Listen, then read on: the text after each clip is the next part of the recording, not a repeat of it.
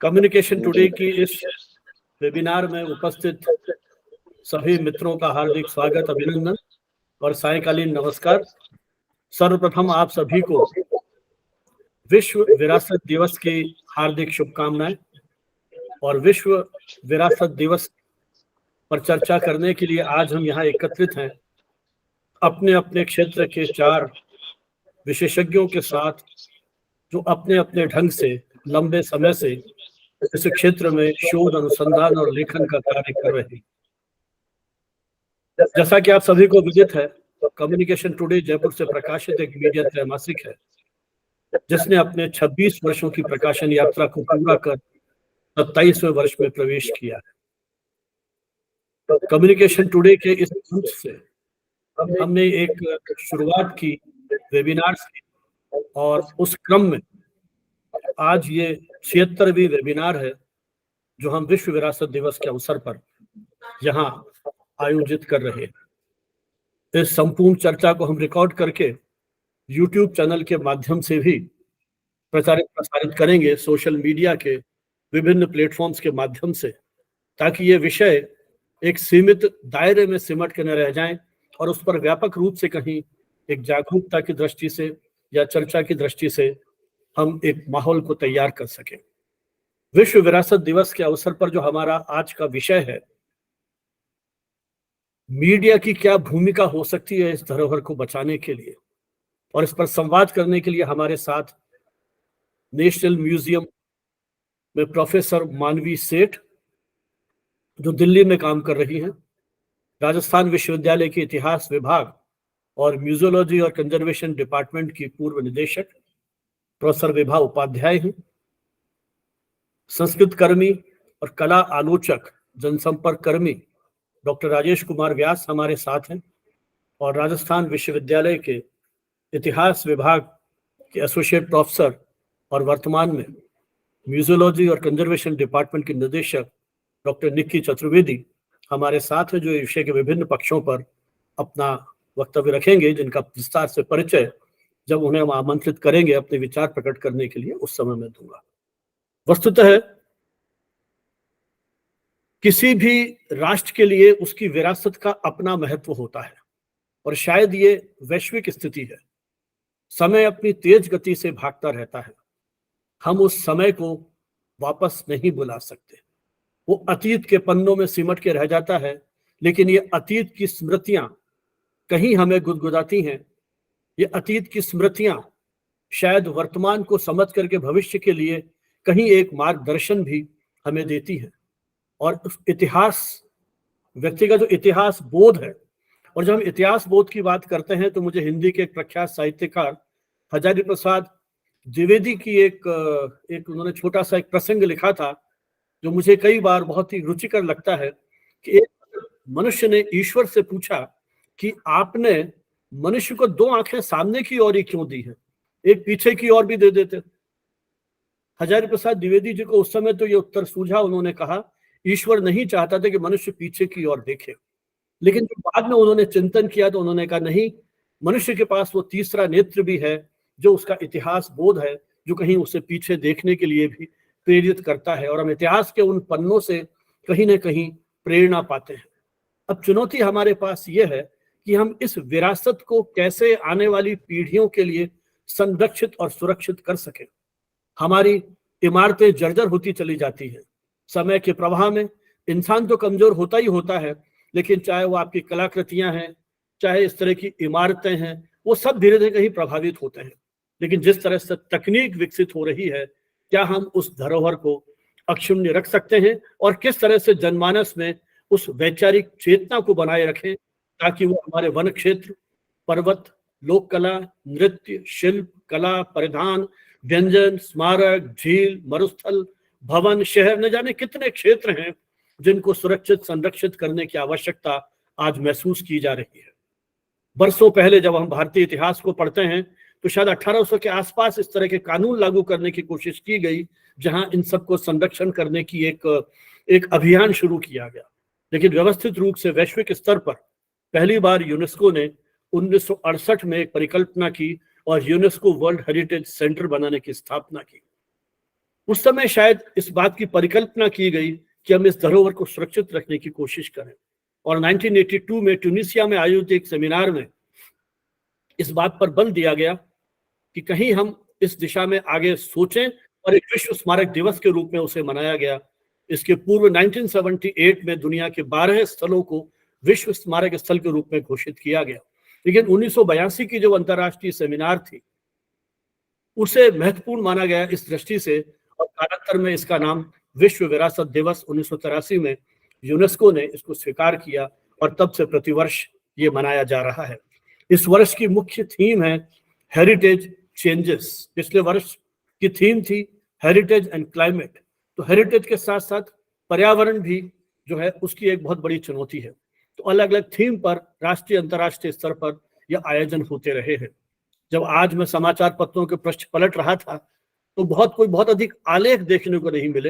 हाँ, जितने मैं देख पाया तो ऑनलाइन, चूंकि यहाँ मेरे लिए संभव नहीं था कि बहुत अधिक अखबारों को एक्सेस करूं, लेकिन कुछ जो वहाँ के मोन्यूमेंट्स हैं उन पर कहीं थोड़ा बहुत लिखा गया, लेकिन बहुत कोई उस तरह की एक जैसे कहना चाहिए कि आक्रामक व्यूह रचना, विलुप्त होती जो धरोहर है उस पर कहीं बातचीत की गई हो, मुझे लगता है कि उस तरह का भी अभाव है। और मेन स्ट्रीम मीडिया, जो हमारे रेडियो टेलीविजन चैनल्स वगैरह हैं, वहाँ भी इस तरह की आवश्यकता है।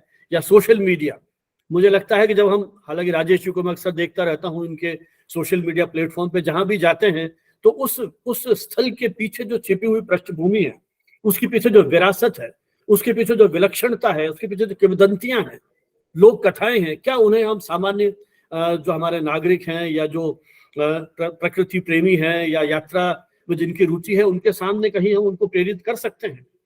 तो कहीं लगता है कि इस धरोहर को बचाने के लिए एक आंदोलन की आवश्यकता है, और इसीलिए हमने ये सोचा कि आज इस विषय पर हम विचार मंथन करें।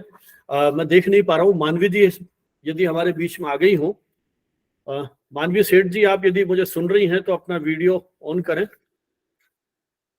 क्योंकि फोन पे वो रिप्लाई नहीं कर रही थी, तो मुझे नहीं पता उनकी क्या व्यस्तता है। चलिए, वो अभी शायद नहीं है, तो मैं आमंत्रित करता हूँ प्रोफेसर विभा उपाध्याय को, जिनके साथ राजस्थान विश्वविद्यालय में लंबे समय तक काम करने का मुझे भी मौका मिला।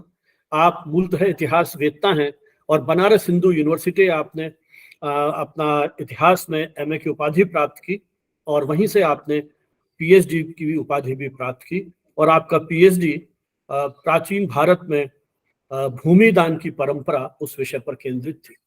लेकिन एमए और पीएचडी की उन औपचारिक उपाधियों के बाद आपने इतिहास और म्यूजियोलॉजी और आर्कियोलॉजी, ये जो क्षेत्र हैं, इन क्षेत्रों में एक शोधार्थी के रूप में महत्वपूर्ण काम किया, और राजस्थान विश्वविद्यालय के न सिर्फ इतिहास विभाग के अध्यक्ष के रूप में, वरन राजस्थान विश्वविद्यालय में पहली बार जब एक म्यूजियोलॉजी और कंजर्वेशन डिपार्टमेंट की स्थापना की गई तो उसके निदेशक, लगभग 1 दशक तक आपको निदेशक रहने का अवसर मिला।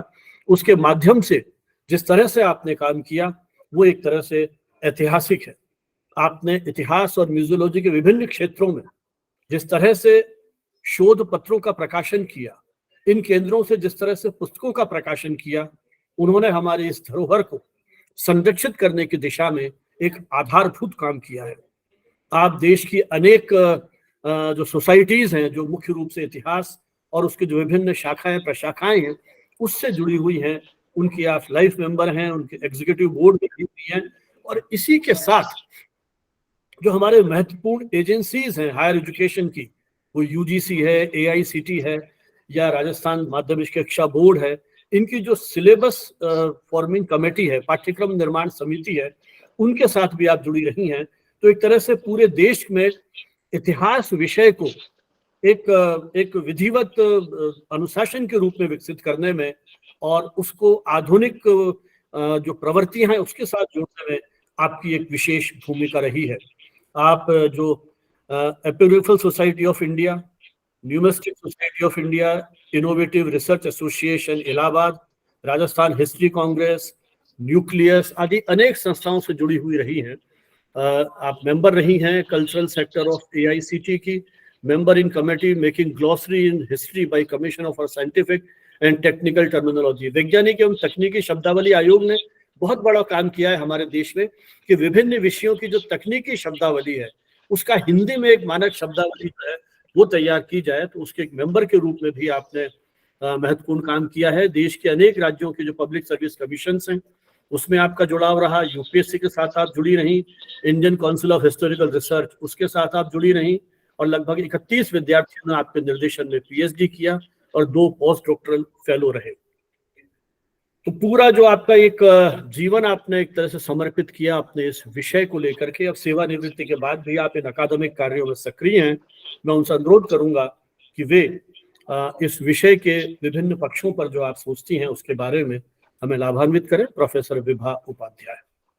बहुत बहुत आभार संजीव जी, आपने इतना बोला। मैं सोचती हूँ कि मैं उसके लायक नहीं हूँ, और अभी जब से रिटायरमेंट के बाद से तो लगता है मेरा कि कोई क्षेत्र ही नहीं है।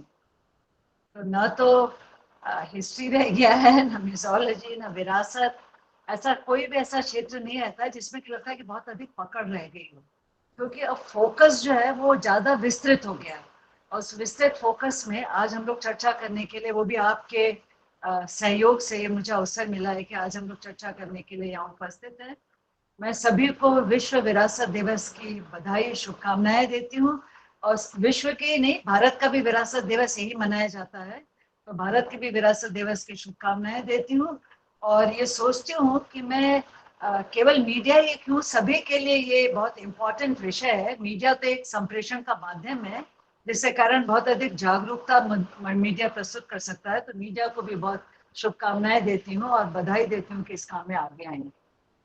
कुछ मैं अपनी चर्चाएं संक्षिप्त में करना चाहूंगी। विरासत संरक्षण की जितनी भी नीतियां हैं, जिनको कहते हैं policy of conservation, heritage conservation, वो हेरिटेज को 2 भागों में बांटकर हेरिटेज कंजर्वेशन की बात करती है, जिसको हम लोग हिंदी में तो कहते हैं मूर्त और अमूर्त, और अंग्रेजी में टेंजिबल और इंटेंजिबल कहा जाता है।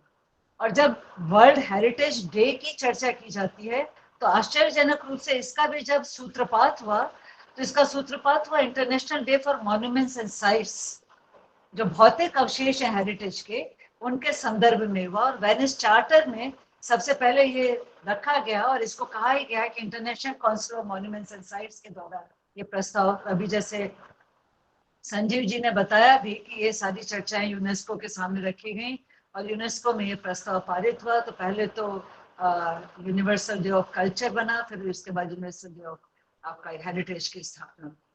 और वहां पर केवल कंजर्वेशन की चर्चा नहीं की गई, रिकंस्ट्रक्शन की भी चर्चा की गई। और रिकंस्ट्रक्शन में बहुत विवाद उठा, और रिकंस्ट्रक्शन के विवाद के कारण बहुत से स्थान ऐसे हेरिटेज के थे जिन पे की रिकंस्ट्रक्शन नहीं हो पाया, और मीडिया भी बहुत अधिक प्रकाश डालने में सक्षम नहीं हो पाई। एक आध उदाहरण है ऐसे, बाली वगैरह के उदाहरण है जहाँ सूफी मजार का रिकंस्ट्रक्शन किया गया और लोगों ने विरोध भी किया, ये भी देखने को मिलता है हमें। विश्व में अभी संजीव जी ने स्वयं कहा 18वीं 19वीं शताब्दी में विश्व युद्ध से पूर्व जब राजनीतिक विस्तार और प्रभुता का जब विस्तार होने लगा तो एक देश दूसरे देश की विरासतों को भी हानि पहुंचाने, पर कुछ ऐसे बने युद्ध में संलग्न प्रशासक ऐसे भी थे जिनको ये लगा कि हम विरासत के साथ क्यों छेड़खानी करते हैं, तो हम अपनी विरासत के साथ साथ दूसरों की विरासत की भी रक्षा करने का प्रयास किया जाना चाहिए। और हेग सम्मेलनों में, वर्ल्ड हिस्ट्री के लोग ज्यादा परिचित होंगे, हेग सम्मेलनों में ये प्रस्ताव रखा गया कि इस प्रस्ताव के माध्यम से जो देश जीते जा रहे हैं उनकी विरासत की भी रक्षा की जाए, और अपने देश के साथ साथ दूसरे देशों की विरासत की रक्षा का भी प्रयास आरंभ हुआ। और इसमें एक प्रमुख मैं एक संदर्भ लेना चाहती हूँ, निकोलस रोरेक का, सब परिचित होंगे, रशियन पेंटर थे और फाइनली राजस्थान क्या बोलते हैं हिमाचल में आकर सेटल हुए, और उन्होंने एक पैक्ट, उन्होंने कहा पीस ऑफ सिविलाइजेशन, उनका नारा था पीस ऑफ सिविलाइजेशन। और उन्होंने जो एक धारा लागू की उसको कहा गया रोरिक पैक्ट। और रोरिक पैक्ट जो था वो था protection of artistic and scientific institution and historic monuments. और उसके साथ साथ उन्होंने कहा कि हमको कहीं ना कहीं अपनी सांस्कृतिक विरासत की सुरक्षा का भी प्रयास करना चाहिए।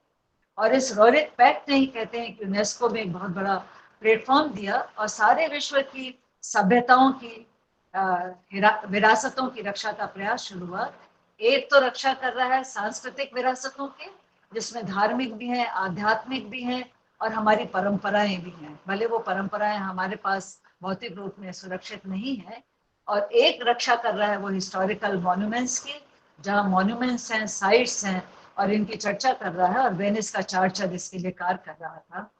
और इसी संदर्भ में भारतीय विरासत दिवस मनाया गया। मैं यहाँ पे थोड़ा सा अपनी बात से अलग हटने की कोशिश करती हूँ, पर इसमें वो कंट्रीज नहीं आती थी जिसको कि इस्लामिक कल्चर ने प्रभावित किया। इस्लामिक कंट्रीज इसमें नहीं आती थी, और आज भी आप ये देख सकते हैं कि टर्की में जो हुआ, पुराना मॉन्यूमेंट था जो पहले कैथेड्रल था और उसको बाद में म्यूजियम बनाया गया और म्यूजियम से वापस मस्जिद में कन्वर्ट कर दिया गया।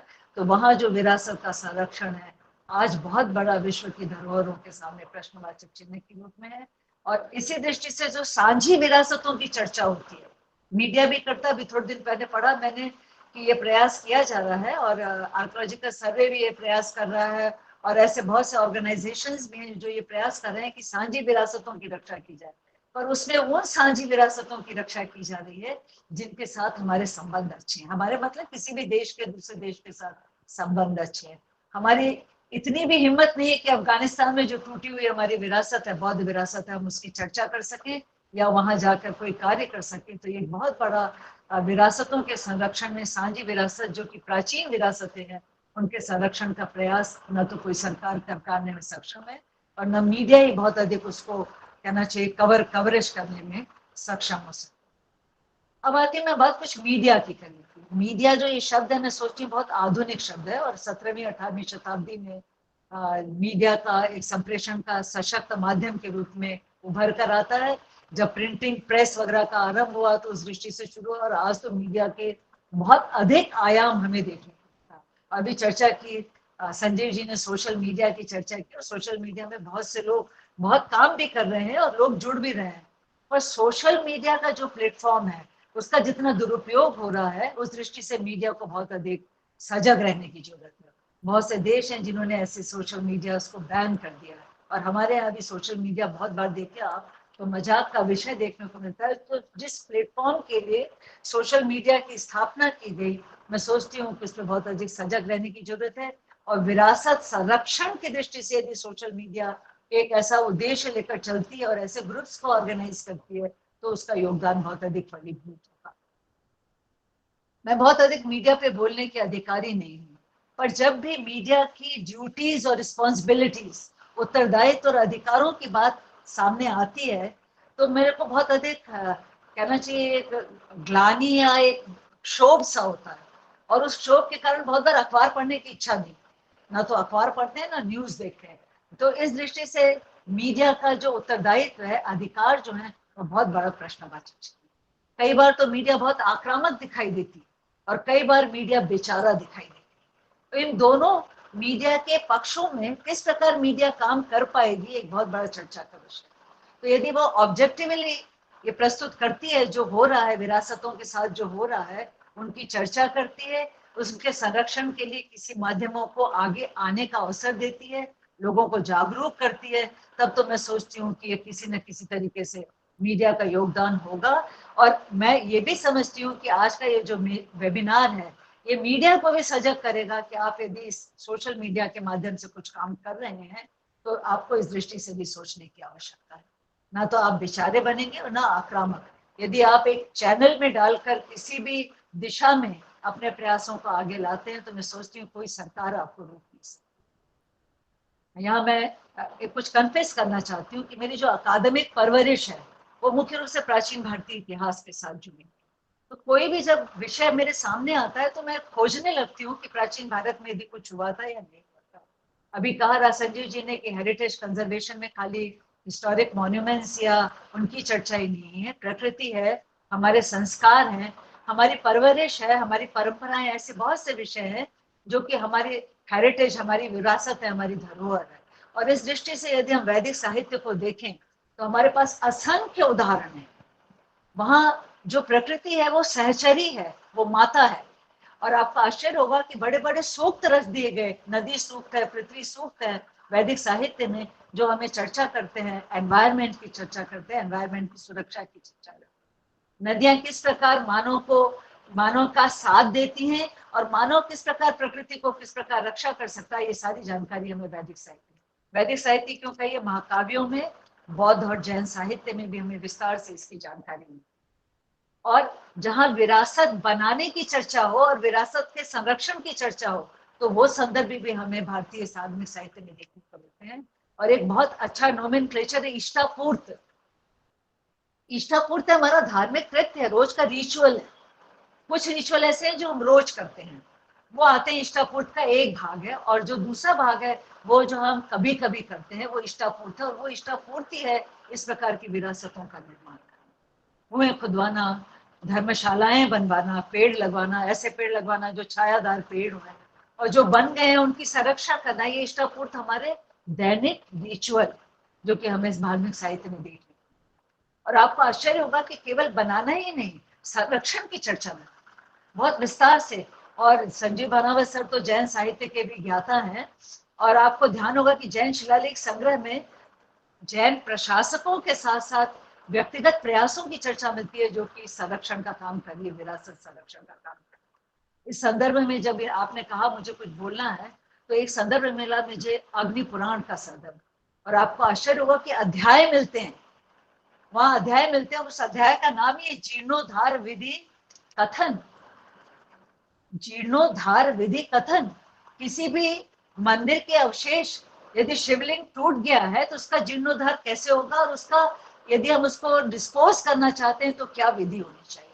वो कहते हैं मंदिर टूट गया है तो कैसे बनाना चाहिए, बहुत अधिक व्यय भी नहीं करना है, और मंदिर का जो प्राचीन परंपराएं है, प्राचीन विरासत है, उसका संरक्षण हो सके। कूप बनवाना है, कूप का संरक्षण हो सके, तड़ाग बनवाना है। और कहते हैं कि ये जो कार्य है ये जीर्णोद्धारे महाफलम, ये धार्मिक कृत्य है और ये हमें बहुत बड़ा महाफल देने वाला है। इस प्रकार के प्रयासों की जानकारी हमें अभिलेखों में भी देखने को मिली। और एक विशेष चीज अभिलेखों में हमें देखने को मिली कि अभिलेखों में जब चर्चा की गई इसकी, तो कहा गया इसको संस्कार, ये शब्द प्रयोग में लाया गया। जैसे मानव के जीवन में जीवन को सम करने के लिए संस्कार होते हैं, उसी प्रकार से जीर्णोद्धार करने के लिए भी संस्कार शब्द प्रयोग में लाया। रुद्रदामन का जूनागढ़ अभिलेख है, कुमार गुप्त का मंदसौर अभिलेख है, स्कंद गुप्त का जूनागढ़ अभिलेख है। और वो कहता है कि उसने ऐसे भौतिक संपदा, बांध टूट गया तो बांध का संस्कार कराया उसको, मंदिर टूट गया, मंदिर क्यों टूट गया, मंदिर का संस्कार क्यों कराया जाए, बहुत पैसा व्यय हो रहा है, लोगों को ये चिंता का विषय है, उसके बावजूद उसने पैसा व्यय करके राजा ने संस्कार कराया। और कहता है इसको संस्कार, संस्कारितम इति, माने धार्मिक साहित्य में, भारतीय साहित्य में, भारतीय इतिहास में यदि जीर्णोद्धार कराना है तो वो जीर्णोद्धार संस्कार, धार्मिक कृत्य है। उसको केवल हम भौतिक दृष्टि से या केवल एक प्रोजेक्ट बना के ना करें, उसमें हमें कहीं ना कहीं इन्वॉल्व होना पड़ेगा। और इसी तरीके से ये संस्कार कराए जाएंगे, तभी मैं सोचती हूँ कि मीडिया भी संस्कार की दृष्टि से जीर्णोद्धार के कार्य को देखेगी तो ज्यादा सफल हो सके। प्राचीन भारत में क्या मीडिया नहीं था? कई बार ये प्रश्न उठता है, प्राचीन भारत में भी मीडिया, पर वो मीडिया आज का डिजिटल मीडिया या अखबार मीडिया नहीं, वो मीडिया था पत्थर की शिलाएं, शिला स्तंभ, और ऐसे मंदिर पे भित्ति चित्र, वो जो मीडिया का काम करते थे और संप्रेषण का काम करते थे। और बहुत सी ऐसी जानकारियां वो भित्ति चित्र देते हैं, मंदिरों की दीवार पे खुदे हुए, शिलाओं पे लिखे हुए देते हैं। और अशोक तो कहता भी है, कहता है जहां जहां मेरे दूत नहीं पहुंच सकते वहां वो इसको पढ़े और राजा की आज्ञा को समझें और पालन करें। राजा की आज्ञा क्या है? पेड़ लगवाइए। राजा की आज्ञा क्या है? धर्मशालाएं बनवाइए। ऐसी धर्मशालाएं बनवाइए जो बहुत दूरी पे न बनती, लोग चल के थक जाए तो आके वहां पे रक्षा करें। ये मीडिया था, ये मीडिया संप्रेषण का माध्यम था। पर ये मीडिया कैसा मीडिया था? भौतिक अवशेष कभी भी भ्रमित करने का काम नहीं करते हैं, पर बहुत कम करते हैं। और आज का मीडिया क्या कर रहा है? आज का मीडिया बहुत बार भ्रमित करने का भी काम कर रहा है। आज आपने कहा कि मुझे बहुत अधिक अखबारों में देखने को नहीं मिला, यहाँ बच्चे के यहाँ टाइम्स ऑफ इंडिया आता है, एक पूरा पेज विरासत पे था। और लिखा क्या है उसमें? एक कोने में लिखा हुआ है वर्ल्ड हेरिटेज डे, और सारे फिल्मों के वो लगाए हुए हैं, जो फिल्मों के सीन किसी बड़े मॉन्यूमेंट के साथ जुड़े खड़े हुए हैं, शाहरुख खान और करीना कपूर, और इन लोगों को लगा के ये मीडिया का योगदान। ये नहीं, आप इस तरीके से एक पेज भर सकते हैं, आप 4 पेज अतीक मोहम्मद पर लिख सकते हैं। आप क्यों नहीं विरासत डे पर विरासत के संरक्षण के लिए जो प्रयास हो रहे हैं उनकी चर्चा कर सकते हैं? ये बहुत बहुत मैं सोचती हूँ कि बहुत दुखद विषय है। मीडिया के योगदान के लिए जब मैं पढ़ने लगी तो मीडिया मेरा विषय नहीं है, इसलिए बहुत बार गूगल भी खंगालना पड़ा। तो मैंने देखा बहुत सारी नीतियां दी हुई हैं कि मीडिया को कैसे सजग रहना चाहिए, मीडिया को कैसे पॉलिटिक्स से बचना चाहिए। इतनी बहुत सारी नीतियां हैं जो कि ये देती हैं, संदेश देती है मीडिया को कि आप कैसे काम करें। पर मैं सोचती हूँ कि जो प्रश्न इतिहासकार के सामने है वही प्रश्न मीडिया के सामने, क्योंकि जिस प्रकार से इतिहासकार अपने व्यक्तिगत परिवेश और समसामयिक परिवेश से प्रभावित होता है, कई बार उसे प्रभावित होना पड़ता है, उसी प्रकार से मीडिया पर्सन भी अपने खुद के परिवेश, वो कहाँ का रहने वाला है, उसके क्या संस्कार हैं, वो किस धर्म से जुड़ा हुआ है, वो किस संस्कृति से जुड़ा हुआ है, और पॉलिटिकल और जो एनवायरमेंटल जो कॉन्सेप्ट है वो कहीं ना कहीं उसको प्रभावित करते हैं। और इस प्रभाव के कारण बहुत बार वो अपनी पूरी क्षमता के साथ काम नहीं करता। अपनी पूरी क्षमता के साथ काम करने के लिए सबसे जरूरी है मीडिया के लिए वो है इथिकल वैल्यूज को रोकना, नैतिक मूल्यों को रोकने की। यदि नैतिक मूल्यों को वो रोक सकेगा तो मैं सोचती हूँ कि कहीं ना कहीं मीडिया का योगदान अधिक लाभप्रद होता है। क्या है, जब नैतिक मूल्यों की बात करते हैं, ह्यूमन राइट्स की बात करते हैं, तो हम झंडा उठा लेते हैं ह्यूमन राइट का या डेमोक्रेसी का। हम डंडा लेके मनु को ऊपर दुनिया भर की चर्चाएं कर डालते हैं, पर हम कहीं भी उनकी चर्चाएं नहीं करते जो भारतीय संस्कृति के नैतिक मूल्य हैं। और नैतिक मूल्य होने के कारण कहीं ना कहीं मैं सोचती हूँ कि यूनेस्को भी इसके लिए कहना चाहिए सजग रहा होगा। और हमारे कॉन्स्टिट्यूशन में भी संविधान की धारा 15A(2) है, जहां कहा गया कि प्रत्येक नागरिक का मौलिक कर्तव्य है to value and preserve the rich heritage और आवर कंपोजिट कल्चर। वो कहता है टू प्रोटेक्ट नेचुरल एनवायरनमेंट, फिर कहता है to have compassion for living culture. ये जरूरी है, प्रत्येक संविधान कह रहा है कि प्रत्येक नागरिक के लिए ये जरूरी है। और मैं सोचती हूँ इस संदेश को मीडिया यदि पहुंचाती है प्रत्येक नागरिक के पास तो मीडिया का कहीं ना कहीं बहुत बड़ा योगदान होगा। भारतीय संस्कृति में हाथ जोड़ के प्रार्थना करके संस्कार करके धरोहरों की रक्षा करने का प्रयास किया है, तो यही जो चर्चाएं हैं यही आपके नैतिक मूल्यों की चर्चा है। पर आज तो मानव भौतिक उपलब्धियों के कारण शिथिल हो गया, मानसिक रूप से शिथिल हो गया और आध्यात्मिक रूप से शिथिल हो गया। इस दृष्टि से मीडिया शिथिल ना हो, इसलिए मीडिया में भी कहीं ना कहीं ये नैतिक मूल्य रोपे जाने चाहिए।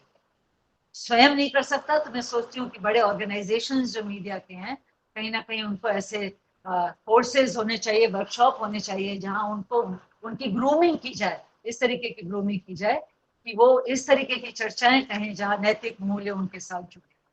और यही कारण है कि जो संस्थाएं विरासत संरक्षण से जुड़ी हुई है, एक संस्था international union for conservation of nature, IUCN कहते हैं उसको, दूसरी यूनेस्को है, उन्होंने भी विचार का एक मंच दिया और उन्होंने कहा ये changing concepts and values in the natural heritage, ये नारा था उनका, changing concepts and value in natural heritage. और उन्होंने हर कंजर्वेशनिस्ट को, आर्कियोलॉजिस्ट को, मीडिया पर्सन को, म्यूजियम एक्सपर्ट्स को यह संप्रेषित किया। क्या कहा उन्होंने, देखिए आप, बहुत विशेष चीज है, कहते हैं क्या अपनाना चाहिए, कहते हैं approach should be holistic, natural, cultural, traditional, indigenous, spiritual, with the knowledge of their duties and responsibilities. जब तक वे अपनी ड्यूटीज और रिस्पॉन्सिबिलिटीज नहीं समझेंगे तब तक वो अपनी भूमिका ही नहीं समझ पाएंगे, और भूमिका नहीं समझ पाने के कारण सही तरीके से मीडिया पर्सन काम नहीं कर पाएंगे। और इस दृष्टि से मैं समझती हूँ कि यदि उन नैतिक मूल्यों के साथ किसी की भी चर्चा करेंगे, किसी विरासत की चर्चा करेंगे, भले वो हमारी धार्मिक विरासत हो, सेक्युलर विरासत हो या हमारी बौद्धिक विरासत हो, तभी उसके लिए कार्य कर सकते। और अभी तो मुझे लगता है कि उनका सबसे बड़ा उद्देश्य होना चाहिए, और अभी तो ये जो 26 जनवरी का दिवस होता है उसमें ऐसे एम्बेसडर्स को लाया गया। मैं सोचती हूँ कि बहुत पहली बार ऐसा प्रयास हुआ कि जो विरासत के संरक्षण के लिए काम कर रहे हैं, लंबी लिस्ट है पद्मश्री में ऐसे नामों की जो कि वहाँ के लोकल विरासत की रक्षा के लिए काम कर रहे हैं, लोकल संगीत की रक्षा के लिए काम कर रहे हैं, और उनको पद्मश्री देकर सामने लाया। और मीडिया का काम है इनको और हाईलाइट करें, और यही नहीं, उन इंस्टीट्यूशंस को, उन पर्सनैलिटीज को भी आगे हाईलाइट करे मीडिया की। जो समाज के लोग हैं उनको तो हाईलाइट कर ही रहे हैं और सरकार भी कर रही है, इस बार बहुत बड़ा काम हुआ ये, और मीडिया का भी काम है उन मीडिया पर्सन्स को हाईलाइट करे जो इस दिशा में काम करें। बहुत से मीडिया पर्सन ऐसे हैं सीरिया एरिया में जो लोग काम कर रहे थे, इस्लामिक लोग भी हैं जिनकी हत्या हो गई इस तरीके के कामों को करने के उद्देश्य में, तो उनको भी हाईलाइट करने की। और कंटेम्परेरी पॉलिटिक्स से बचकर काम करें, नहीं, क्योंकि कई बार हमारे इतिहास में भी आता है सेक्युलर शब्द क्या है। सेक्युलर में यदि हम धर्म के आधार पर विरासतों को बांट कर काम करेंगे तो मैं सोचती हूँ सही काम नहीं हो सकता। तो धर्म के एक आडंबर से मुक्त होकर, वो तो धार्मिक विरासतें तो है ही, हम इसे नकार नहीं सकते। यदि जैन मंदिर है तो जैन मंदिर ही है, यदि वो हिंदू मंदिर है तो हिंदू मंदिर है, मस्जिद है तो मस्जिद है। पर हमें उस पर भी ध्यान रखना चाहिए कि जो मंदिर या मस्जिद तोड़कर और फिर पुनर्निर्माण कराए गए और उन पे विरासत की चर्चा नहीं हो पाई है, उनको हम सांझी विरासत में रखते हैं, तो उसको सांझी विरासत की तरह ही बात, उसको हम इस्लामिक ना करें। मेरे को ऐसे उदाहरण बहुत से ध्यान में आते हैं, और महरौली में ऐसे बहुत सी मस्जिदें हैं जिनके पिलर्स हिंदू मंदिर के पिलर हैं, उन पर मस्जिदें बना दी गई और उनको कहा दिया गया इस्लामिक विरासत। तो उससे भी बहुत सजग रहने की जरूरत है। और मैं सोचती हूँ कि मीडिया पर्सन इस पे यदि आगे बढ़कर काम करेंगे तभी उनका योगदान आगे बढ़ सकेगा और वो बधाई के पात्र होंगे और वो आगे बढ़कर देख सकेंगे। पर्सनल एफर्ट्स की भी चर्चा करनी चाहिए। बहुत से ऐसे हैं, पर्सनल ऑर्गेनाइजेशन है, मुंबई का आर्ट डिको है, बहुत काम कर रहा है, ऐसी बहुत सी विरासतों की, मुंबई की विरासतों की रक्षा का काम कर रहा है जो सरकार नहीं कर पाई। आगा खां ट्रस्ट है, वो काम कर रहा है। बहुत से ऐसे ट्रस्ट है, मैं सोचू मेरे से ज्यादा पता होगा जो लोग इस पे लगे हुए हैं। और बहुत से ऐसे व्यक्तिगत प्रयास है, मैंने यहाँ उसमें भी योगदान देने का प्रयास किया अपने विद्यार्थियों के साथ। अजमेर का श्रीनाथ मंदिर है, श्रीनाथ मंदिर का ट्रस्ट काम कर रहा है। उनकी जो मंदिर की पेंटिंग्स बिगड़ गई थी, मिट गई थी, उनमें विद्यार्थियों से काम करे। बेचारे वो विद्यार्थी जून की गर्मी में काम कर रहे हैं। तो मैं सोचती हूँ इस प्रकार के प्रयासों को भी आगे लाने की जरूरत है।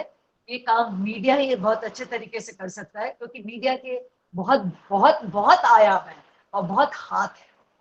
किसी भी हाथ से वो इनको आगे ला सकता है, और कम से कम ऐसे लोगों को जो स्मॉल लेवल पे काम कर रहे हैं उनको आगे लाने का प्रयास कर सकते हैं। बहुत बार हेरिटेज का अब्यूज हो रहा है, उन पे भी चर्चा की जा सकती है। उन पे चर्चा करके ये देखने की चर्चा की जा सकती है कि इतिहास में इसका क्या रोल है, और उस अब्यूज के कारण कहीं इतिहास तो नहीं बदल रहा है। हम इतिहासकारों को ये भी एक बहुत बड़ा बड़े प्रश्न है सामने हमारे, और हम लोग कई बार उसके कारण गलत इतिहास की रचना कर बैठते हैं। तो इतिहास की रचना के लिए भी मीडिया का बहुत बड़ा योगदान होगा यदि वो अब्यूज ऑफ हेरिटेज को रोकने का प्रयास करेंगे। और मैं सोचती हूँ कि जो लोग मीडिया से जुड़े हुए लोग हैं, जैसे संजीव जी हैं, राजेश कुमार जी हैं, और लोग जो हैं, जो अभी भानावत जी थे, ये लोग ज्यादा अधिक संप्रेषण दे सकेंगे मीडिया पर्सन्स को। पर मेरा तो केवल एक मंतव्य है कि यदि हम इसको कहीं ना कहीं अपनी मानसिक, आध्यात्मिक और उससे स्पिरिचुअल उससे जोड़कर काम करेंगे तो मीडिया अधिक लाभकारी से। इससे अधिक मैं कुछ और नहीं कह सकती हूँ। बहुत बहुत धन्यवाद मुझे अवसर देने के लिए। बहुत बहुत आभार संजीव जी का मुझे इस मंच से जोड़ने। बहुत बहुत धन्यवाद प्रोफेसर विभा उपाध्याय जी। आपने मीडिया की उस भूमिका की बहुत विस्तार से चर्चा की, और वो आक्रामक अथवा बेचारा बनकर के भ्रम न फैलाए। बहुत सारे ऐसे आपने एरियाज उसके सामने रखे जहां मीडिया कर्मी यदि अपनी कलम चलाएं, उसके बारे में चर्चा करें, तो शायद हम एक माहौल बना सकते हैं। आपने वो अंतर्राष्ट्रीय सम्मेलनों की ओर जिक्र किया जो कहीं मीडिया को मार्गदर्शन दे सकते हैं। ऐसे ही एक सम्मेलन जो इन्हीं मुद्दों को लेकर हुआ था, मुझे याद आ रहा है कि 5C की बात की गई थी वहां। क्रेडिबिलिटी, शायद मीडिया के साथ भी एक बहुत बड़ा मुद्दा है क्रेडिबिलिटी का, कि हम किस तरह से वो सूची तैयार करें धरोहर की। फिर आता है उसका कंजर्वेशन, किस तरह से उसका उचित संरक्षण किया जाए। मीडिया किस तरह से लोगों को, हम जाते हैं कहीं पर अपना नाम लिख करके आ जाते हैं, डेट लिख करके आ जाते हैं। जो आपने बताया कि हेरिटेज अब्यूज, मुझे लगता है वो भी उसका एक पक्ष है। तो किस तरह से हम जन रुचि को परिष्कार करें। फिर कैपेसिटी बिल्डिंग, उसके लिए हम कितना पोटेंशियल डेवलप कर सकते हैं। कम्युनिकेशन, संचार की परंपरा हम किस तरह से कायम कर सकते हैं, और कम्युनिटीज किस तरह से समुदायों को जागृत कर सकते हैं। तो ये बहुत बड़ा मुद्दा है, और जब तक हम उसके ग्रास रूट पर जाकर शायद काम नहीं करेंगे तब तक ये चिंताएं बनी रहेंगी। आपने वो वैश्विक स्तर पर जो प्रयत्न किए जा रहे हैं उनकी ओर भी संकेत किया। उम्मीद करते हैं इस दिशा में मीडिया कर्मियों को भी सोचने का एक कहीं एक मंच जो है इस माध्यम से कहीं मिल पाएगा। लिए मैं आमंत्रित कर रहा हूं डॉक्टर राजेश कुमार व्यास को। जैसा अभी अपनी चर्चा हुई कि हम किस तरह से लेखन के माध्यम से एक जागरूकता कायम कर सकते हैं, लोगों को तक अपनी बात को पहुंचा सकते हैं, तो डॉक्टर राजेश कुमार व्यास एक ऐसे संस्कृति कर्मी हैं जो पिछले कुछ दशक से नियमित रूप से इन विधाओं पर, विभिन्न विधाओं पर लेखन का कार्य कर रहे हैं। एक जनसंपर्क कर्मी के रूप में उन्होंने मीडिया की उस भूमिका को भी बहुत निकटता से देखा, समझा और परखा है। ये मुख्य रूप से एक सांस्कृतिक कवि के रूप में, एक कला आलोचक के रूप में और एक ट्रेवलॉग राइटर, यात्रा वृतांत लेखक के रूप में आपने देश में अपनी एक विशेष जगह बनाई है। केंद्रीय साहित्य अकादमी के सर्वोच्च पुरस्कार से आप सम्मानित हो चुके हैं। आपके यात्रा वृतांत बड़े लोकप्रिय हुए हैं, चाहे वो कश्मीर से कन्याकुमारी की बात करें, चाहे नर्मदा हर की बात करें, चाहे आंख भर उमंग की बात करें। आपके ऐसे अनेक यात्रा वृतांत संकलन हैं जिन्होंने अपने पाठकों के बीच में देश दुनिया में विशिष्ट पहचान बनाई है। आपकी ये पुस्तकें नेशनल बुक ट्रस्ट से प्रकाशित हुई हैं, राष्ट्रीय पुस्तक न्यास ने इनका प्रकाशन किया है और इन पर व्यापक रूप से चर्चा हुई है। लगभग 23 पुस्तकें साहित्य के विभिन्न विधाओं में आपकी अब तक प्रकाशित हो चुकी हैं, जिसमें आलोचना की पुस्तकें हैं, काव्य संकलन है, ट्रेवलॉग की जो अभी बात हुई उन पर आपने लिखा है। तो इस तरह से अलग अलग विधाओं में आप निरंतर लिखते रहे हैं। ललित कला अकादमी की एक प्रमुख पत्रिका है समकालीन कला, उसके भी आप अतिथि संपादक के रूप में संपादकीय दायित्वों का निर्वहन कर चुके हैं। भारत सरकार का राहुल सांस्कृत्यायन पुरस्कार भी आपको मिल चुका है। राजस्थान की पत्रकारिता का प्रतिष्ठित पुरस्कार मानक पुरस्कार से भी आप सम्मानित हो चुके हैं। राजस्थानी भाषा अकादमी से भी आप पुरस्कृत हो चुके हैं। टेलीविजन माध्यमों के साथ, विजुअल मीडिया के साथ भी आपका गहरा जुड़ाव है। डेजर्ट कॉलिंग नाम का एक धारावाहिक था जो जयपुर दूरदर्शन से प्रसारित हुआ, उसका लेखन, उसका निर्देशन, उस सब में आपकी एक सक्रिय भूमिका रही। या यूं कहूं कि दूरदर्शन से हमारी संस्कृति और कला से जुड़े अनेक डॉक्यूमेंट्रीज आपकी प्रसारित हो चुकी है। वर्तमान में आप राजस्थान सरकार के सूचना एवं जनसंपर्क निदेशालय में संयुक्त निदेशक के रूप में कार्य कर रहे हैं और राजभवन में भी आपकी नियुक्ति है। लेकिन अपने इन जनसंपर्क कर्म के दायित्व के साथ साथ आप साहित्यिक और इससे जुड़े हुए विषयों पर जो निरंतर काम कर रहे हैं, उसने मुझे प्रेरित किया क्यों नहीं आज इस अवसर पर, क्योंकि कितने लोगों से उन्होंने इंटरव्यूज लिए, कितने साहित्य, कला, संस्कृति, विभिन्न क्षेत्रों की जो बहुत बड़ी हस्तियां हैं, राष्ट्रीय अंतर्राष्ट्रीय स्तर पर चर्चित हैं, उनको दूरदर्शन पर इंटरव्यू किया, उनसे जो आपने संवाद किया, उनका पत्रिकाओं में प्रकाशन हुआ। देश के अनेक पत्रिकाओं में आप नियमित रूप से छपते रहे, दैनिक समाचार पत्रों में लिखते रहे हैं। तो आइए आज के इस विषय पर डॉक्टर राजेश कुमार व्यास, एक मीडिया कर्मी, जनसंपर्क कर्मी, क्या सोचते हैं, मैं आमंत्रित करता हूं उन्हें अपनी बात कहने के लिए। भाई राजेश जी। धन्यवाद संजय जी, मेरी आवाज पहुंच रही है आप तक? आ रही आवाज, बिल्कुल। बड़ा आपने लंबा थोड़ा परिचय दिया। मित्रों का ये होता है कई बार की ज्यादा चर्चा कर लेते हैं। बहरहाल बड़ी अच्छा विषय आपने रखा कि शोर संरक्षण में मीडिया की भूमिका क्या हो सकती है। मुझे लगता है कि बहुत बड़ी और प्रभावी भूमिका किसी की है मीडिया की। पर एक बात समझने की मुझे लगता है कि मीडिया जिस तरह से जो काम कर रहा है, उसकी जो भूमिका जो है समय के दौरान तेजी से बढ़ी है और 3 रूप में भी मीडिया के रूप में बात करें, 3 रूप में मीडिया काम कर रहा है। प्रिंट मीडिया के रूप में, इलेक्ट्रॉनिक मीडिया के रूप में और वेब मीडिया। और मुझे लगता है कि सबसे ज्यादा चर्चित मीडिया शायद वेब मीडिया भी ज्यादा है, क्योंकि एक बड़ी जिम्मेदारी जो है मुझे लगता है कि मान ली गई है नहीं बनी, लेकिन मान ली गई है कि सोशल मीडिया में जो कुछ प्रचारित होता है उसका बहुत बड़ा दबाव प्रिंट और इलेक्ट्रॉनिक मीडिया पर भी रहता है। कहीं कोई ट्वीट हुआ, कहीं कुछ इस तरह की जो सामान्य से अलग चीज है अगर हो गई है सोशल मीडिया में, तो प्रिंट मीडिया पे दबाव रहता है कि वो न्यूज कम से कम बननी चाहिए। और मुझे लगता है कि बहुत से स्तरों पर ये जो वेब मीडिया है उसने प्रिंट और इलेक्ट्रॉनिक मीडिया के विचार को भी जो है कहीं न कहीं हड़पने का प्रयास किया है। क्योंकि जब ये दबाव रहता है मीडिया पर कि बहुत सारा जल्द से जल्द प्रसारित किया जाए, तो उसमें इस बात का मुझे लगता है कि लोप भी हो जाता है कई बार कि जो तथ्य है वो गौण होते चले जाते हैं। मूल मुझे लगता है ये मान लिया जाता है कि तेजी से सूचनाओं का प्रतिस्पर्धा के रूप में प्रसार किया जाए कि हमारे से पहले कहीं और कोई न्यूज प्रसारित नहीं हो जाए। तो ये बहुत बड़ा मुझे लगता है दबाव वेब मीडिया ने प्रिंट और इलेक्ट्रॉनिक मीडिया पे डाला दिया। और जहां तक धरोहर संरक्षण की बात में करता हूँ, बड़ा व्यापक विषय है। जब हम ये बात करते हैं कि मीडिया का काम सूचना, शिक्षा और मनोरंजन का है, तो आप देखिए कि विभाजी ने बड़ी अच्छी बात कोट की है कि टाइम्स ऑफ इंडिया का पूरा पेज जो है वो फिल्म को धरोहर के रूप में मानते हुए प्रसारित किया गया है।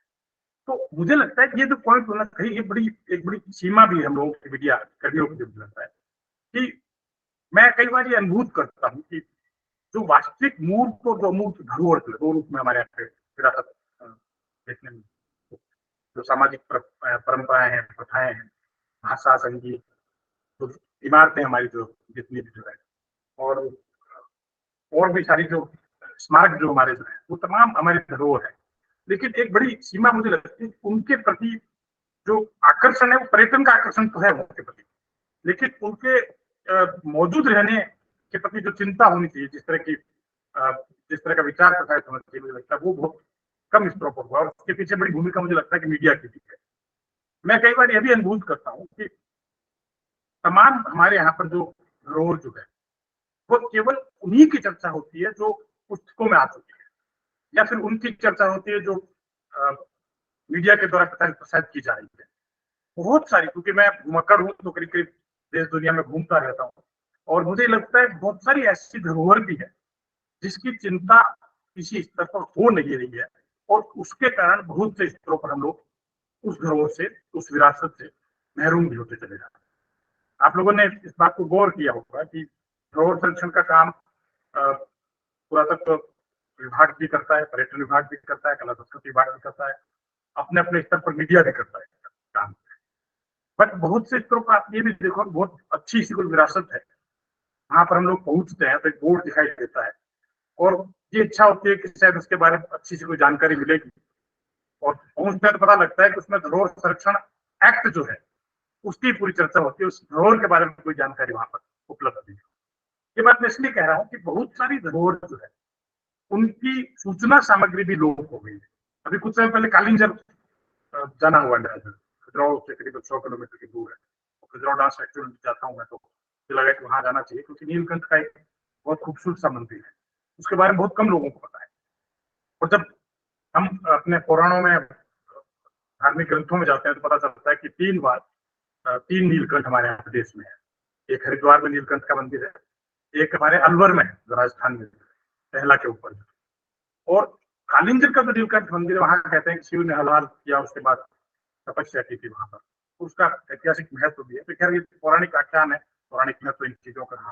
लेकिन मुझे कई बार ये भी लगता है कि बहुत से स्तरों पर जो हमारी धरोहर है उसके संरक्षण के लिए मीडिया की जो भूमिका होनी चाहिए वो धीरे धीरे कम होती है। एक समय था तो बहुत सारा जो है वो प्रकाश में भी आता था। संजीव जी ने शुरुआत में इशारा किया था कि आज जब धरोहर संरक्षण दिवस को देखने के लिए गया तो बहुत सारी चीजें मिली नहीं उसमें, आर्टिकल उसमें मिले।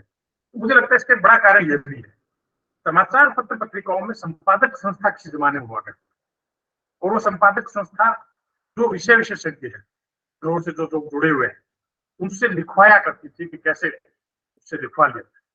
तो मुझे लगता है आग्रह करके लिखवाने का काम भी धीरे धीरे कम होता था, और बहुत कुछ डिपेंडेंसी हमारी गूगल पर होती है। और उसका एक नुकसान ये भी हो रहा है गूगल पर होने से कि गूगल एक सर्च इंजन है, और वहां पर जरूरी नहीं कि जो कुछ सामग्री उपलब्ध है वो तथ्यात्मक और फैक्ट उसका सही हो।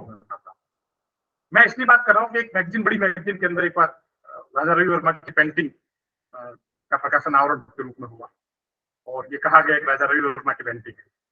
मैंने उसको देखते हुए कहा राजा रवि वर्मा की पेंटिंग में रविंद्रनाथ टैगोर की पेंटिंग। संपादक जी से मैंने बात की, उनका नहीं, बिल्कुल हमने सोच समझ के टैगोर की पेंटिंग के रूप में, उसके सॉरी राजा रवि वर्मा की पेंटिंग के रूप में किया है, जबकि है वो रविंद्रनाथ टैगोर की। बाद में पता चला कि उस गूगल से उसको लिया, गूगल में उस पेंटिंग कर्ता का नाम जो राजा रवि वर्मा लिखा हुआ था, तो उसी को मुझे लगता है केवल एक तो पकड़ में आ गई, बहुत सारी और भी मैगजीन ऐसी होगी जिसमें राजा रवि वर्मा की नाम से अनिल टैगोर की पेंटिंग प्रकाशित होती है। तो ये मैं एक इशारा कर रहा हूँ कि ऐसी बहुत सारी धरोहर है जिनके बारे में बहुत गलत चीजें जो प्रसारित हो रही है। थोड़ी सी जानकारी मैं इसलिए बताऊँ आपको कि जो मीडिया का कवर करता जो व्यक्ति, मुझे लगता है कि सांस्कृतिक धरोहर को, संस्कृति को जो कवर करता है, उसको एक खास तरह की शिक्षा की आवश्यकता है। वो इसलिए मैं कह रहा हूँ आपको कि संविधान की धारा जो 51 है और 51G जो है, उसमें राज्यों को भी धरोहर संरक्षण के लिए उसमें प्रावधान किया हुआ है। इसके अलावा उसमें ये भी जो जी जो धारा, उसमें आम व्यक्ति की भी जिम्मेदारी कैसे जो प्रकृति जी ने जो इमारतें जो है उनको कैसे संरक्षित किया उसके बारे में उल्लेख भी है। लेकिन बहुत बार मुझे लगता है कि इनके बारे में जानकारी होती नहीं है। तो अगर किसी स्तर पर धरोहर लुप्त हो रही है, धरोहर को नष्ट किया जा रहा है, तो उसके बारे में भी बहुत अधिक संज्ञान दिया जाए। तो मुझे लगता है कि इस बारे में भी सोचने की जरूरत है कि मीडिया की भूमिका तब महत्वपूर्ण रह सकती है जब वहां पर जो उसको कवर करता है धरोहर संरक्षण को, वो उस रूप में ही शिक्षित प्रशिक्षित हो। बहुत सारी संस्थाएं राजीव इशारा कहते हैं काम भी कर रही मीडिया प्रशिक्षण के, पर मुझे लगता है कि इसमें एक बहुत से स्तर पर वैचारिक रूप से जागरूक करने की जरूरत है कि धरोहर जो है वो अगर रहती है, अतीत से हमारा नाता जुड़ा रहे। अगर धरोहर नहीं रहेगी तो शायद अतीत से भी हम लोग महरूम होते चले जाएंगे। और मैं ये बात इसलिए भी मुझे पीड़ा होती है कई बार कि नेपाल जाना हुआ कुछ समय पहले, और वहां पर बहुत ही बेहतरीन, आप सोचिए कि हिंदू संस्कृति का अवशेष वहां पर है, लेकिन एक भी मैं आपको बताऊं स्थान ऐसा नहीं मिला जहां पर उस स्थान विशेष से संबद्ध सूचना किसी संबंधित व्यक्ति से मिल जाए, क्योंकि न तो पुस्तिकाएं छप रही है, न उसके संदर्भ में कोई सामग्री है वहां पर। और इस कारण से धीरे धीरे वो बहुत अच्छी और ये भी लगता है प्राचीन है, लेकिन कितनी प्राचीन है, उसका क्या धार्मिक या पौराणिक या और कोई महत्व, सामाजिक महत्व है, उसके बारे में कहीं कोई सामग्री उपलब्ध नहीं। तो मुझे लगता है कि इस रूप में भी हम लोगों को सोचने की जरूरत है कि जो बहुत सारी विरासत हमारी है, कैसे उसका दस्तावेजीकरण, और मीडिया इसमें बहुत बड़ी भूमिका जागरूकता के रूप में कर सकता है। जो वैचारिक आलेख प्रकाशित होते हैं वो धरोहर के रूप में तो पर्यटन सामग्री के रूप में मिल जाते हैं लोगों को, हाँ इस तरह क्या है, इतने साल पुरानी वो सब चीजें तो नेट पे भी उपलब्ध हो जाएगी। बल्कि वो वेबसाइट जो है पुरातत्व संग्रहालय की, वो ऑथेंटिक वेबसाइट है, वहां जाएंगे तो वहां बहुत सारे किलों और महलों के बारे में, प्रकृति जिलों के बारे में मिल जाएगा। लेकिन मुझे ये लगता है कि जो इस तरह से विरासत हमारी जिसके बारे में दस्तावेजीकरण नहीं हुआ है, उसको कैसे संरक्षित किया जाए मीडिया के जरिए, सूचना सामग्री के जरिए। क्योंकि संरक्षित करने का कार्य केवल उसको रखना नहीं है भौतिक रूप में, संरक्षित करने का कार्य मुझे लगता है यह भी है कि कैसे सूचना संदर्भों के साथ उस सामग्री को उपलब्ध कराया जाए। आप एक उदाहरण दे रहा हूँ आपको कि ग्वालियर से करीबन 40-45 किलोमीटर दूर मुरैना है, 64 योगिनी मंदिर है, और इतना बेहतरीन मंदिर जो है वो मुरैना का जो मंदिर है, और लुटियंस ने उसी के आधार पर जो है भारतीय संसद की परिकल्पना की। अगर आप उनका वास्तु का देखेंगे तो आपको लगेगा कि जो मुरैना का जो मंदिर वहां पर बना हुआ है, वो 64 योगिनी का मंदिर हाथ से बना, जो एक चट्टान पर ऊपर पहाड़ पर बना हुआ है। और जब आप देखिए कि लुटियंस में हजारों साल पहले जो है उसमें उसको खोज हो जाती है, उसके आधार पर पूरा वास्तु डिजाइन जो है भारतीय संसद की बन जाती है। लेकिन अभी भी बहुत से लोग बहुत से क्षेत्रों पर उस मंदिर से महरूम है, उसके बारे में उनको जानकारी नहीं है। वो संसद के वास्तुकार के रूप में लुटियंस को भी जानता है, लेकिन लुटियंस को उसका संदर्भ कहाँ से मिला, आधार कहाँ से, इसकी जानकारी नहीं। मुझे लगता है इस रूप में जालोर की परमारकालीन संस्कृत पाठशाला है, मैं जब जालोर में था वहां पर, तो किले में जाते तो उससे पहले परमारकालीन पाठशाला है, इतनी बेहतरीन, उसमें सारे अभिलेख वहां पर संग्रहित है। मुझे लगता है उन चीजों के बारे में बहुत से स्तरों पर जानकारी जो पर्यटन नक्शे में जरूर आ चुकी है, उसके बारे में तो फिर भी जागरूकता है, लेकिन जो पर्यटन मानचित्र में जो धरोहरें आई नहीं है उसके बारे में बहुत कम जानकारी। इसीलिए आप देखिए लोक संस्कृति की बात करें तो बहुत सारे लोकगीत ले लीजिए, लोक धुनें ले लीजिए, कोमल कोठारी जी बहुत बड़ा काम लोक संस्कृति के संरक्षण का किया। मुझे लगता है उनके कारण इस तरह के जो लोग हैं उनके कारण बहुत कुछ विरासत बच भी गई, हम लोग कम से कम पढ़ लेते हैं, उनके बारे में जानकारी बची हुई है। एक सुंदरी वाद्य यंत्र है जो बिल्कुल बिस्मिल्लाह खां सेनाई बजाते उसी की तरह महाराष्ट्र का। मैंने जब पहली बार सुंदरी को सुना तो मुझे लगा कि इतना आप में धरोहर है, लेकिन बहुत कम कलाकार सुंदरी के रह गए। लोक नाट्य हमारे धीरे धीरे लोप होते चले गए। बीकानेर में कर्मठ की परंपरा है, बहुत लंबे समय चली आ रही, लेकिन बहुत ऐसे लोक नाट्य भी हैं जो आज काल का उल्लेख होते हैं। विज्ञान की मथेरन जो कला है, जैन व्यक्तियों की कला रही है, बहुत महत्वपूर्ण कला रही है मथेरन कला। लेकिन जब कला की बात करते हैं तो मथेरन कला का नाम कहीं नहीं आता। ये मैं छोटे से एग्जाम्पल दे रहा हूँ आपको, ऐसे बहुत सारी चीजें जो है उनको कैसे दस्तावेजीकरण किया जाए, कैसे मीडिया उनका जो है आलेख के रूप में, सूचना सामग्री के रूप में, अगर किसी कॉलम के जरिए मीडिया चैनल जो है अगर उसको इस रूप में कोई जागरूक होकर छोटे छोटे डॉक्यूमेंट्रीज के रूप में प्रसारण करे, और बल्कि सोशल मीडिया बहुत बड़ा भूमिका इसमें निभा सकता है, क्योंकि सोशल मीडिया में अनर्गल तो बहुत सारा आता है।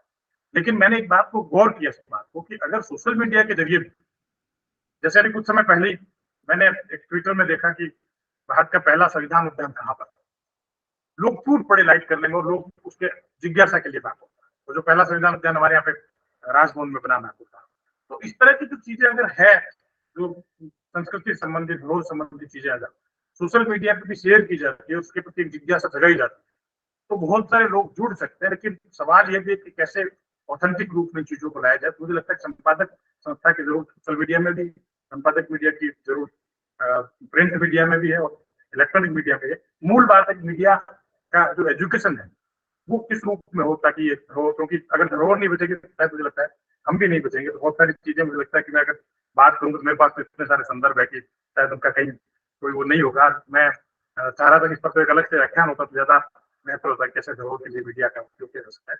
बहरहाल मैं इतना जरूर कहना चाहूंगा कि हम लोगों के पास समाचार तो है, लेकिन विचार धीरे धीरे लोगों को, कैसे विचार को विचार के जरिए जो है धरोहर संरक्षण का कार्य मीडिया करता है, तो उसका बहुत अच्छा परिणाम भविष्य में सामने आएगा। आपने मुझे स्मरण किया, इसके लिए बहुत धन्यवाद। चलिए, बहुत बहुत धन्यवाद भाई राजेश जी।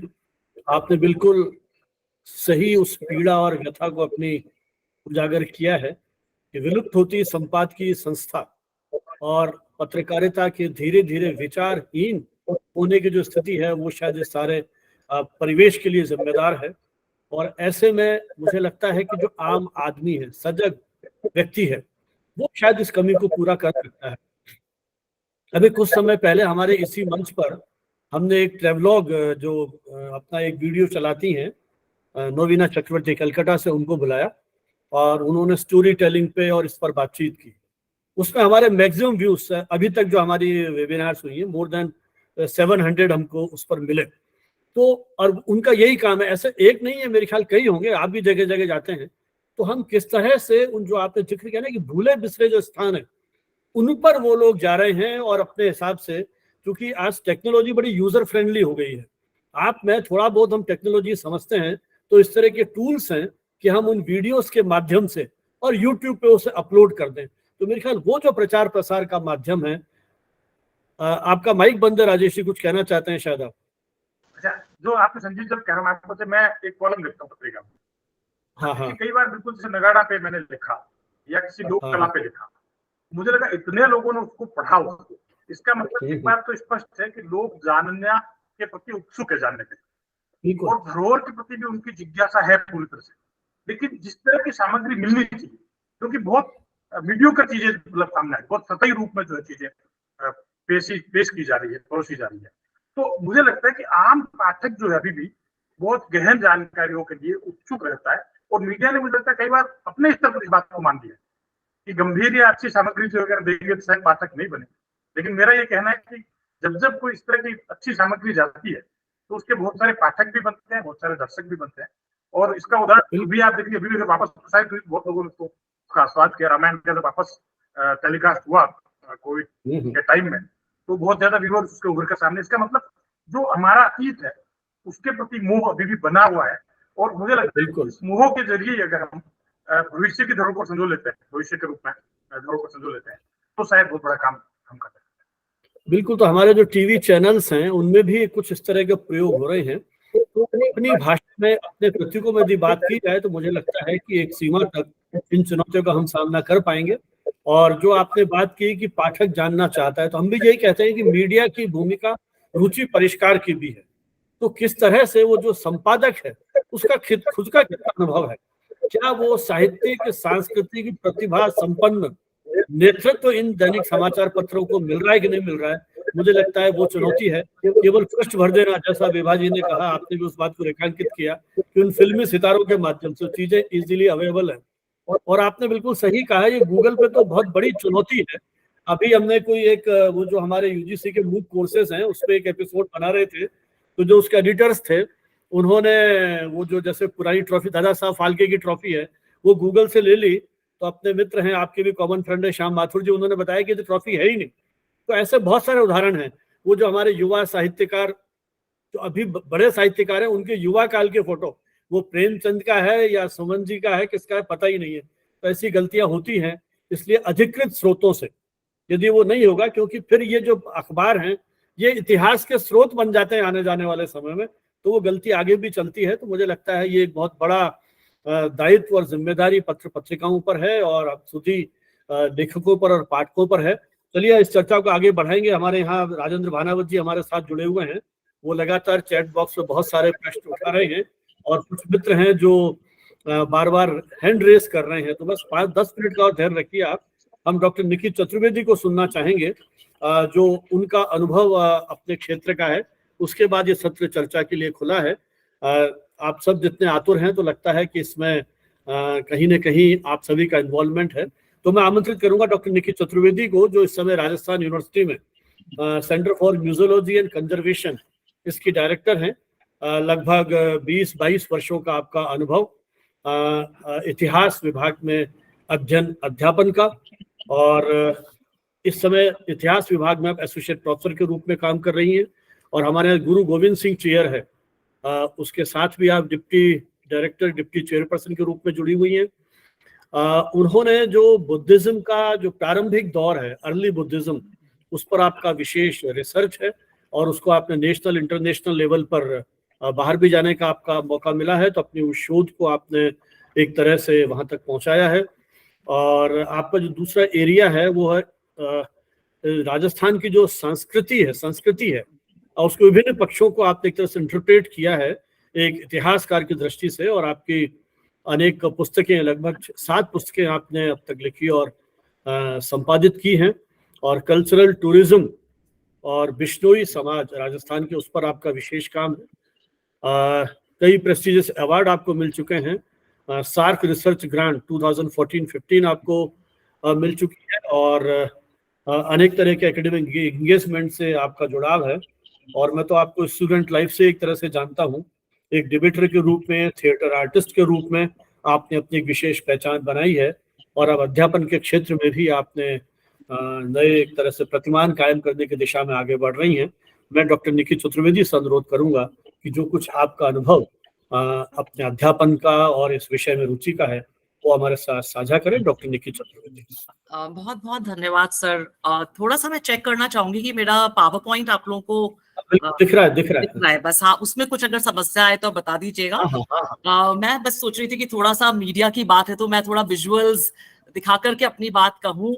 और सभी सुधीजनों को मेरा बहुत नमस्कार। मैं तो एकदम I am in the middle of nowhere, क्योंकि मुझसे पहले विभा मैम मेरी गुरु रही हैं इस क्षेत्र में। Formally she has never taught me, लेकिन म्यूजियम और हेरिटेज के क्षेत्र में उनके द्वारा ही मेरा इस क्षेत्र में थोड़ा बहुत प्रवेश हुआ। और मीडिया के of course Sanjeev Bhanawat sir has been my teacher, college time से इनको देखा है। और राजेश जी ने अभी इतना अच्छा प्रेजेंटेशन किया। तो मैं कुछ प्रैक्टिकल बातें कहूंगी जो आजकल हम लोग जब हेरिटेज की बात करते हैं और जब मीडिया की बात करते हैं तो ये डेफिनेशंस जो हैं ये बहुत बदल गई हैं। तो ये world heritage day actually heritage के प्रति अवेयरनेस का दिन है। तो मुझे लगता है कि हमें इस अवेयरनेस को लेकर के, इस जागरूकता को लेकर के इसकी परिभाषा को, इसके क्षेत्र को, दोनों ही क्षेत्रों को, हेरिटेज के क्षेत्र को भी और मीडिया के क्षेत्र को भी, दोनों को विस्तृत करना चाहिए।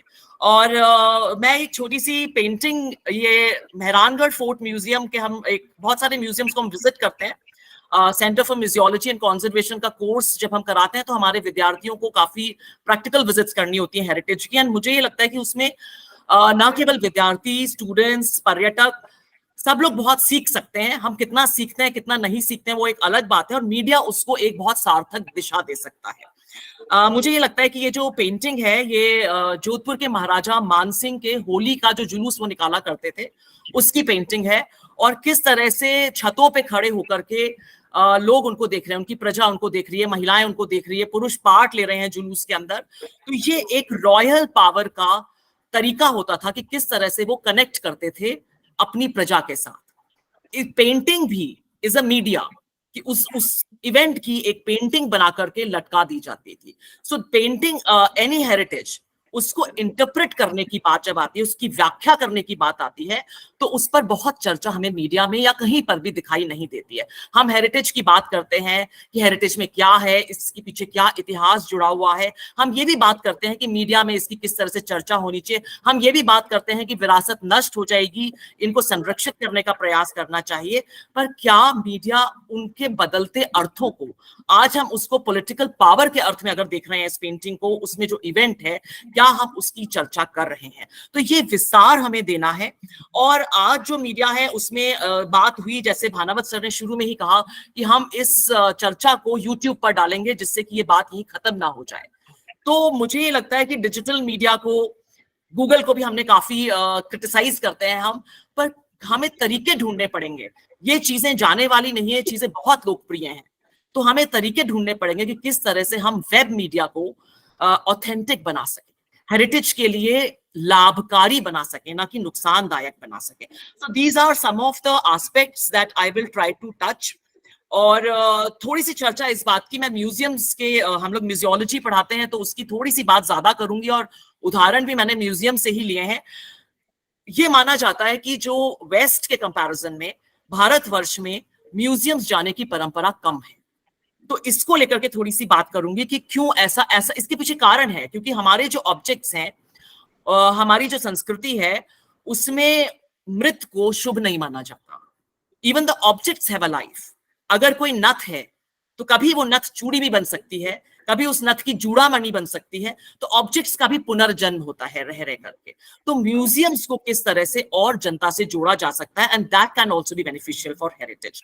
तो ये कुछ बातें करूंगी मैं।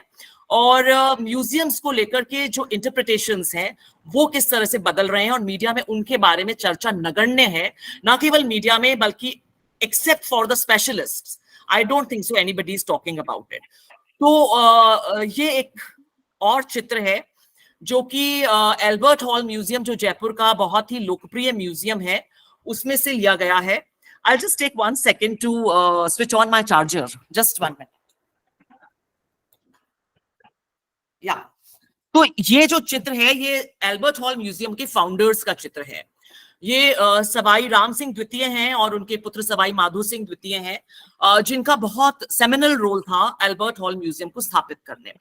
तो जब म्यूजियम्स की इंटरप्रिटेशन किया जाता है तो ये माना जाता है कि म्यूजियम से लोग इसलिए नहीं जुड़ पाते, या हेरिटेज से लोग इसलिए नहीं जुड़ पाते क्योंकि हेरिटेज जो है वो एलिटिस्ट है, वो अमीर लोगों की विरासत है। महलों में अमीर लोग रहेंगे, मंदिर कोई अमीर जना बनवा सकता है, तो बाकी लोग विरासत से उस तरह से कनेक्ट नहीं करते हैं।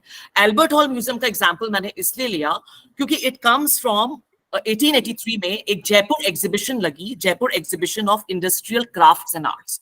ये बहुत मजेदार एग्जीबिशन थी। सवाई राम सिंह जी ने इसकी योजना बनाई और बाद में इसकी उनकी मृत्यु हो गई और क्रियान्विति उनके सुपुत्र सवाई माधो सिंह द्वितीय ने करी। और उसमें इंटरेस्टिंग बात ये थी कि इन्होंने म्यूजियम्स, जो अंग्रेज उस समय जिस तरह से म्यूजियम्स बना रहे थे, उस दृष्टिकोण को पूरी तरह से पलट दिया। इन्होंने इंडिया को ऐसे प्रेजेंट नहीं करा कि it is some exotic culture, ये कोई बड़ी अतरंगी अजीब सा कल्चर है, ये कोई अजायब घर है जिसमें जाके आप अजीब अजीब चीजें देखते हैं। इन्होंने दो बातें करी। इन्होंने जो हमारा देसी क्राफ्ट था, जो हमारा इंडियन क्राफ्ट था, उसको इन्होंने यहाँ पर प्रेजेंट करा। ब्लू पॉटरी, यहाँ पे पूरा एक Jaipur school of pottery develop होता है हेरिटेज को संरक्षित करने के लिए, कि धीरे धीरे दिल्ली के आर्टिस्ट बुलाए, उनके स्पेसिमेंस बनवाए। फिर इन्होंने कहा नहीं, हमें इंटरनेशनल पॉटरी अपने लोगों को दिखानी है। तो अगर आप एल्बर्ट हॉल म्यूजियम में जाके वहां का पॉटरी कलेक्शन देखते हैं तो वहां वियना की पॉटरी है, हंगरी की पॉटरी है, जापान की पॉटरी है, of course British pottery and all other pottery is very much there. तो ये इंडियन ऑडियंस के लिए था, लेकिन बहुत सारी पॉटरी वो ला नहीं पाए। वियना के मान लीजिए किसी म्यूजियम में वो गए और वहां की पॉटरी वो करना चाहते हैं, तो वहां के रेप्लिकास यहाँ के क्राफ्ट्समैन ने बनाए। तो किस तरह से एक क्राफ्ट को रिप्रेजेंट करने के लिए पूरी क्राफ्ट्समैनशिप की हेरिटेज को, पूरी एक इंटेंजिबल हेरिटेज को बनाया गया।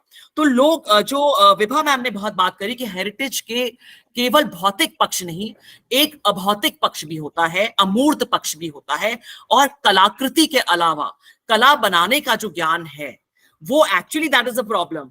तो उसके बारे में भी हमें चर्चा करनी चाहिए, और उसके बारे में चर्चा नहीं करेंगे तो हेरिटेज बचा के भी क्या कर लेंगे, उस हेरिटेज को समझने वाले भी बहुत जल्दी खत्म हो जाएंगे, हम उसको इंटरप्रेट भी नहीं कर पाएंगे। तो कॉलोनियल म्यूजियम को इन्होंने अपटर्न करा इनटू इंडिजिनस म्यूजियम, इन्होंने इंडियन दृष्टिकोण से एक म्यूजियम रखा, पर ये राजा महाराजा ही थे, इनके पास पैसा था।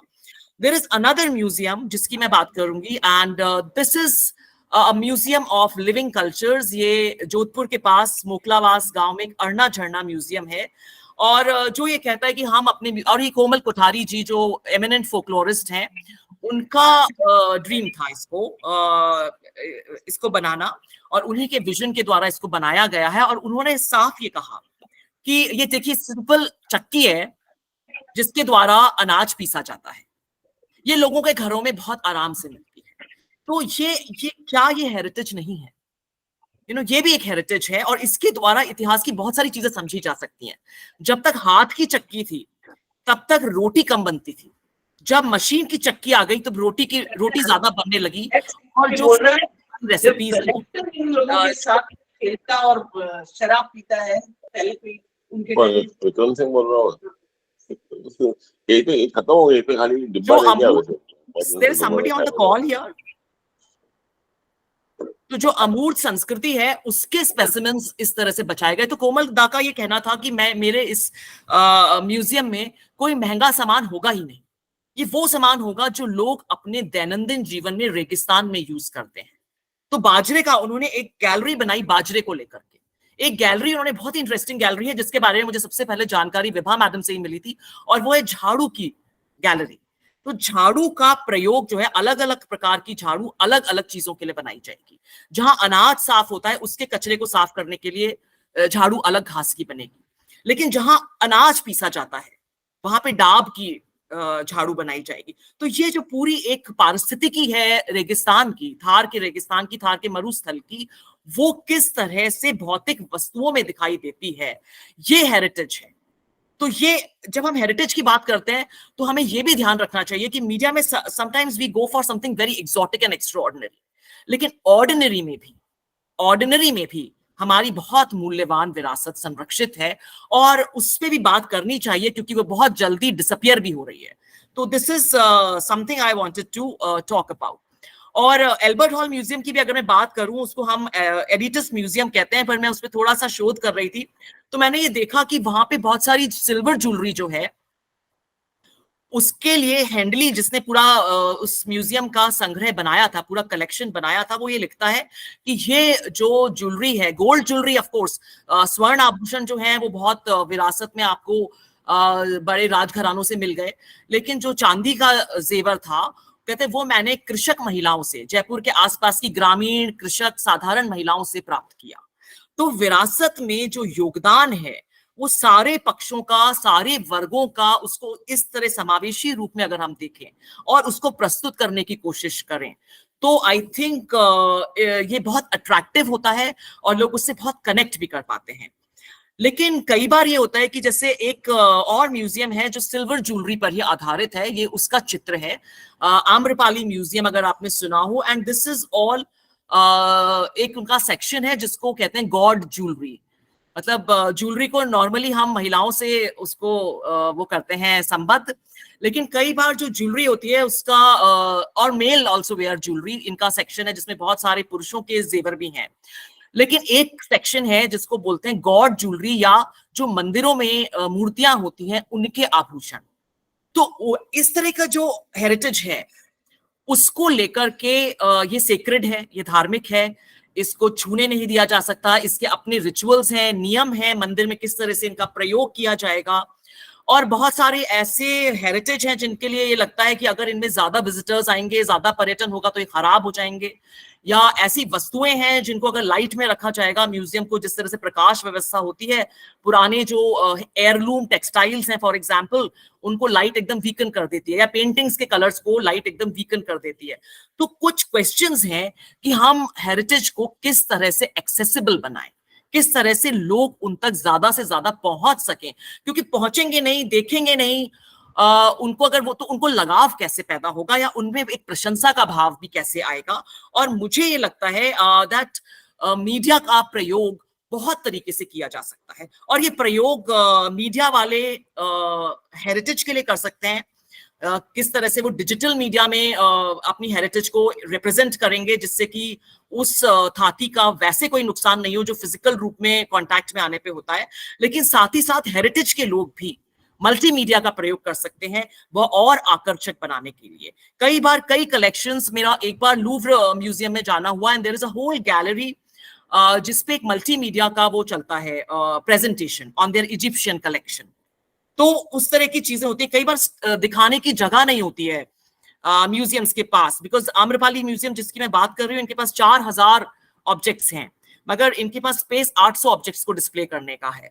तो यू कैन यूज मीडिया इन सम वे कि आपके वो ऑब्जेक्ट्स भी कहीं ना कहीं स्क्रीन पे या किसी तरीके से दिख सकें। तो मीडिया का मैं बहुत ब्रॉड लेवल पर उसके साधनों का प्रयोग कर रही हूँ। आई विल ट्राई कि ये एक वीडियो मैं आपको दिखाऊं जो एल्बर्ट हॉल म्यूजियम में मैंने देखा, और इसमें किस तरह से बहुत सारी मीडिया की, म्यूजियम की, धरोहर की चीजें एक साथ हमें दिखाई देती हैं। I will just try to play this.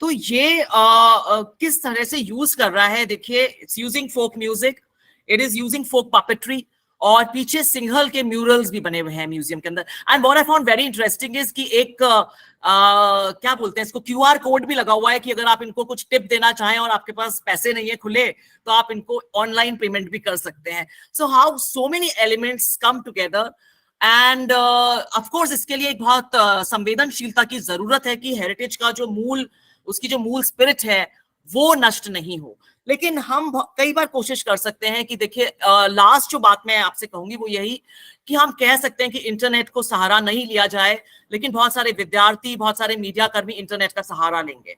तो there is a way to make the internet resource, the open source, बल्कि मैं कहूंगी जो ओपन सोर्स है हमारे पास हेरिटेज को लेकर के, उसको और ज्यादा ऑथेंटिक बनाया जाए।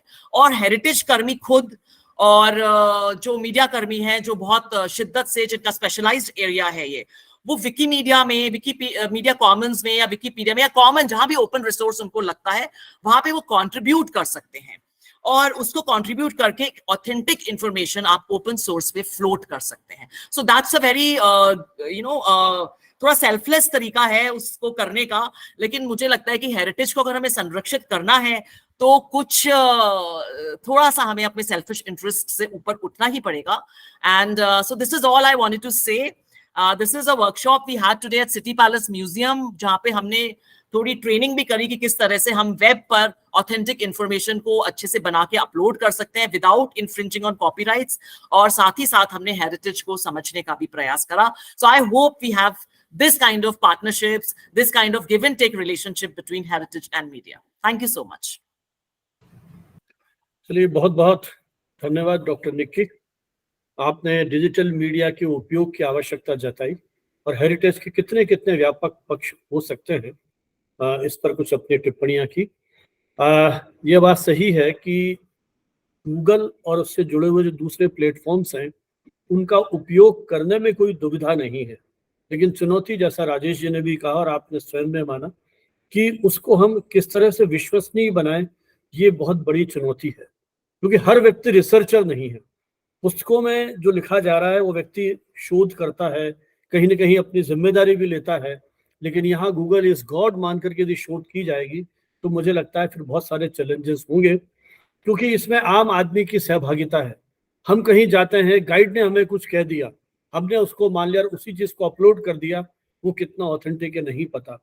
कई बार हम अपने देश की परिस्थिति के अनुसार, जाति के अनुसार, धर्म के अनुसार बहुत सारी चीजें हैं जिनको ग्लोरीफाई तरीके से कह सकते हैं या कह देते हैं। तो इसके पीछे जो उस पूरी विरासत को वैज्ञानिक तरीके से संरक्षित करने की जो एक चुनौती है, मुझे लगता है वहाँ बहुत मेहनत की अपेक्षा है। लेकिन चलिए, अब ये मंच चर्चा के लिए खुला है, लेकिन सबसे पहले मैं आमंत्रित करूंगा भाई राजेंद्र भानावत जी को, जो भारतीय प्रशासनिक सेवाओं के वरिष्ठ अधिकारी रहे हैं और राजस्थान में जो टूरिज्म डिपार्टमेंट है, जो तो एक अधिकारी के रूप में न जाने कितने विभागों को नेतृत्व करने का मौका मिला। राजस्थान विश्वविद्यालय में भी आप की दो इनिंग्स रही, ओएसडी के रूप में, रजिस्ट्रार के रूप में, तो एकेडमिक एडमिनिस्ट्रेशन का भी आपको व्यापक अनुभव है। लेकिन टूरिज्म के डायरेक्टर के रूप में आपने इन सारी चीजों को बहुत निकटता से देखा और लगातार चैट बॉक्स में आपने अपनी बहुत सारी जिज्ञासाएं और सुझाव भी रखे हैं। तो मैं चाहूंगा कि इस मंच से वो बात करें, उसके बाद हमारे जो मित्र हैं वो भी अपनी टिप्पणियां या सवाल पूछ सकते हैं। सर। धन्यवाद संजीव जी। आपकी जब भी वेबिनार होती है बड़ी उत्सुकता रहती है, कोई ऐसा विषय मिल जाए जिसमें मेरी भी रुचि हो, और आज वाला विषय ऐसा था जो बहुत रुचिकर है। और आपको बहुत बधाई कि तीनों जो वक्ताओं को आपने आमंत्रित किया वो बहुत ही उत्कृष्ट श्रेणी के उनका प्रेजेंटेशन था और बहुत सारी बातें उन्होंने कॉम्प्रिहेंसिवली करने की कोशिश की है। वैसे तो मैंने अपनी बात सारी रिपीट नहीं करूंगा, चैट बॉक्स में जिन्होंने देखा होगा वो चाहे तो जब उसको रिएक्ट कर दें। एक दो बातें संक्षेप में मैं कहना चाहता हूँ। एक जो आपने प्रश्न बार बार उठ रहा है, निकी जी ने भी उठाया, ऑथेंटिसिटी किसी भी हेरिटेज की और कॉन्टेक्सचुअलाइजेशन आज के संदर्भ में, दोनों का मिलाप करने की जो चुनौती है वही इसको आगे संरक्षित भी करेगी। अगर आप बहुत सारे म्यूजिकल फॉर्म से, अपने पुराने फोक म्यूजिक के, फोक डांस के, हम देखते हैं कैसे उसको आज के नई चीजों से के साथ जोड़ करके प्रस्तुत किया जा रहा है, तो इसमें एक बड़ा फाइन बैलेंस बनाने की जरूरत है। वरना कई बार नया के साथ जोड़ने के चक्कर में पुराना भी खो देते हैं और नया भी अच्छा नहीं रह पाता है। तो ये इस बारे में कुछ कहना चाहे, authenticity of the heritage and the contextualisation of the present times, इन दोनों में बहुत ही ध्यान से करने की जरूरत है। चाहे वो इतिहास के बारे में हो, चाहे वो संगीत के बारे में हो, चाहे वो इवन स्मारकों के बारे में हो। कई बार रिनोवेशन के नाम पर हम बहुत सारी सुविधाएं क्रिएट करने के नाम पर स्मारकों जिसको देखने के लिए, मैं चूंकि टूरिज्म में था तो कई लोग हमें लिखा करते थे बाद में, सब जिस चीज को आप दिखाना चाहते हैं मोन्यूमेंट को, वो कहाँ है, जिसको पढ़ करके हम आए हैं वो कहाँ है। कई बार उसको अच्छा करने के चक्कर में और थोड़ा नया दिखाने के कर में जिस प्रकार से कर ली जाती है बहुत सारी बातें, तो वो शायद थोड़ा एक दुखदायी होती है और इसके बारे में सबको चिंता करने की जरूरत है इस विषय पर। एक बात और जो अभी राजेश जी ने भी कही थी, डिपार्टमेंट ऑफ आर्कियोलॉजी है अपने यहाँ पर, वो केवल भवनों और स्मारकों का बात ज्यादा करता है, दूसरी विरासत को तो संरक्षण का कोई बहुत विशेष कोई ध्यान है नहीं इसमें। जबकि विरासत तो कई प्रकार की हो सकती है, मतलब जैसा भी कहा भी गया, कोई विरासत खाली बिल्डिंग्स नहीं है या फोर्ट्स और फोर्ट्रेसेस नहीं है, कई तरह की बिल्डिंग्स, इस तरह की बातें हो सकती हैं।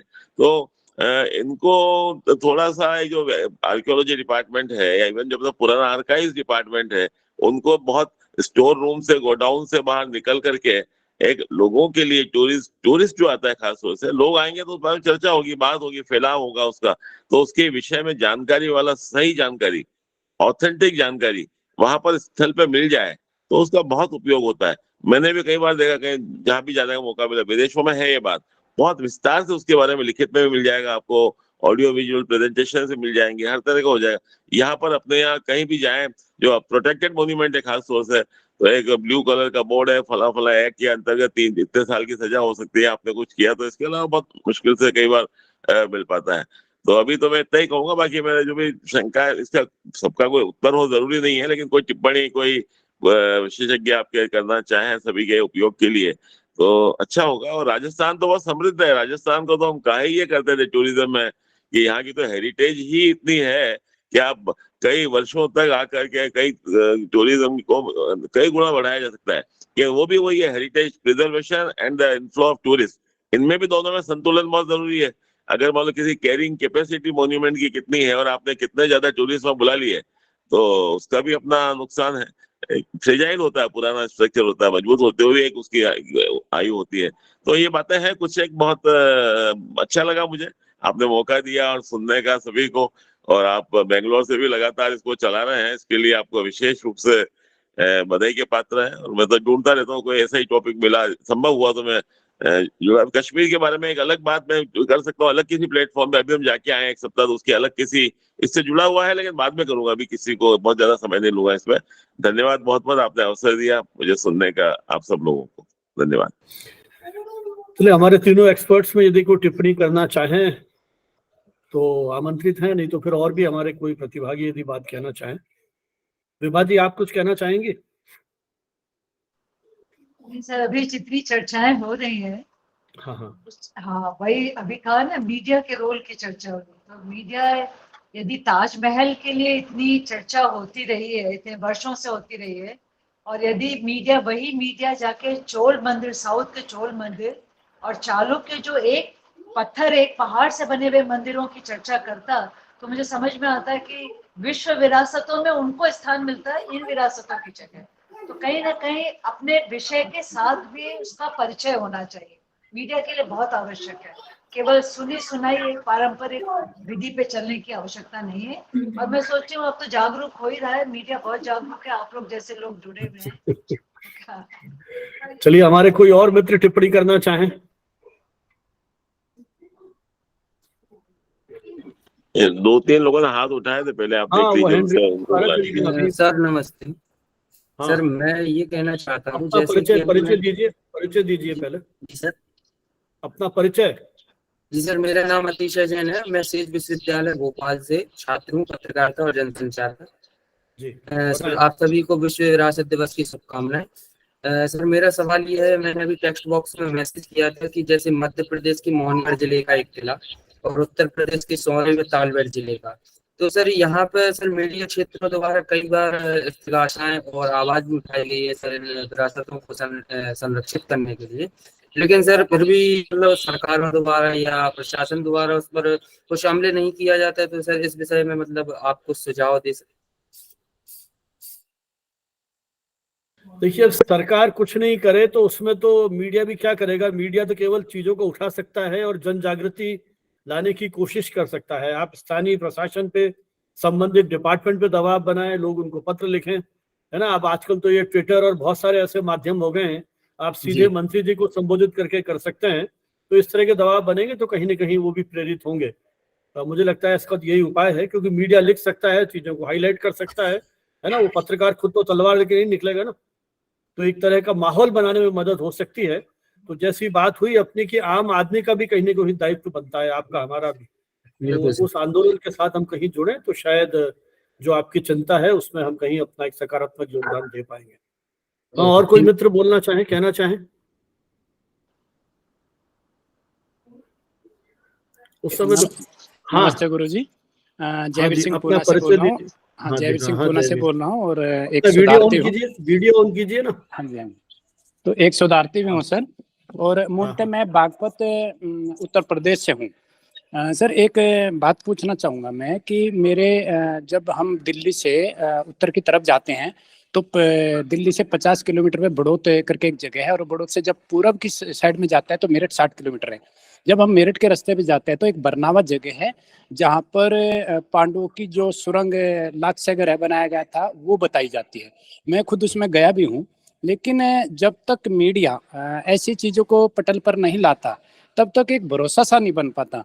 तो इसमें मीडिया की भूमिका तो होनी ही चाहिए, और अगर मीडिया नहीं लाता तो हम कैसे विश्वास करें कि वो चीज़ें ये सत्य है कि ये महाभारत से जुड़ी है। वहाँ पर एक गौशाला है, उस पर 2 नदियों के बीच में वो एक थोड़ा मिट्टी का पहाड़ है, और उसमें जब मैं सुरंग में जाता हूँ तो आदमी खड़ा होकर नहीं जा सकता, झुक के जा सकता है, यानी झुक के जा सकता है। और हर 5 मिनट पर वो 5 फुट पर 5 से 6 फुट पर मोड़ है उसमें।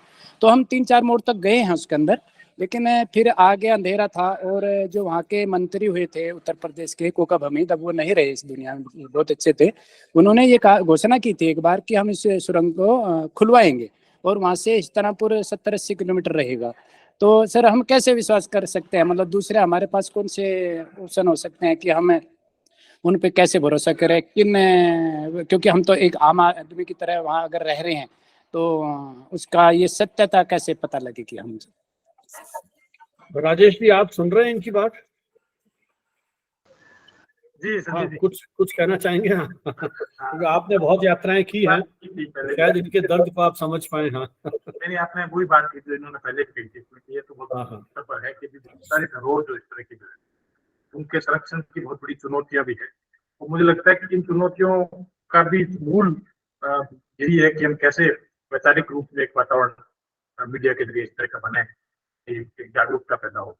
क्योंकि बहुत से स्तर पर मुझे ये भी लगता है, मैं कहना भी चाहता हूँ लोगों से कि जब मैं नालंदा गया था कुछ समय पहले, बिहार में एक लेक्चर कर रहा था, तो रास्ते में मैंने देखा कि राजगीर से पहले जो है बहुत सारे ऐसे गांव हैं जहाँ पर बहुत दुर्लभ मूर्तियां जो है वो मौजूद है। इवन नीलकंठ में भी जो टहला से ऊपर जो हमारे वहाँ पे बहुत खाली बहुत बेहतरीन अवशेष वहाँ पर चीजें वहाँ पे, तो वो शायद इसीलिए कि उनके बारे में बहुत अधिक जागरूकता नहीं है।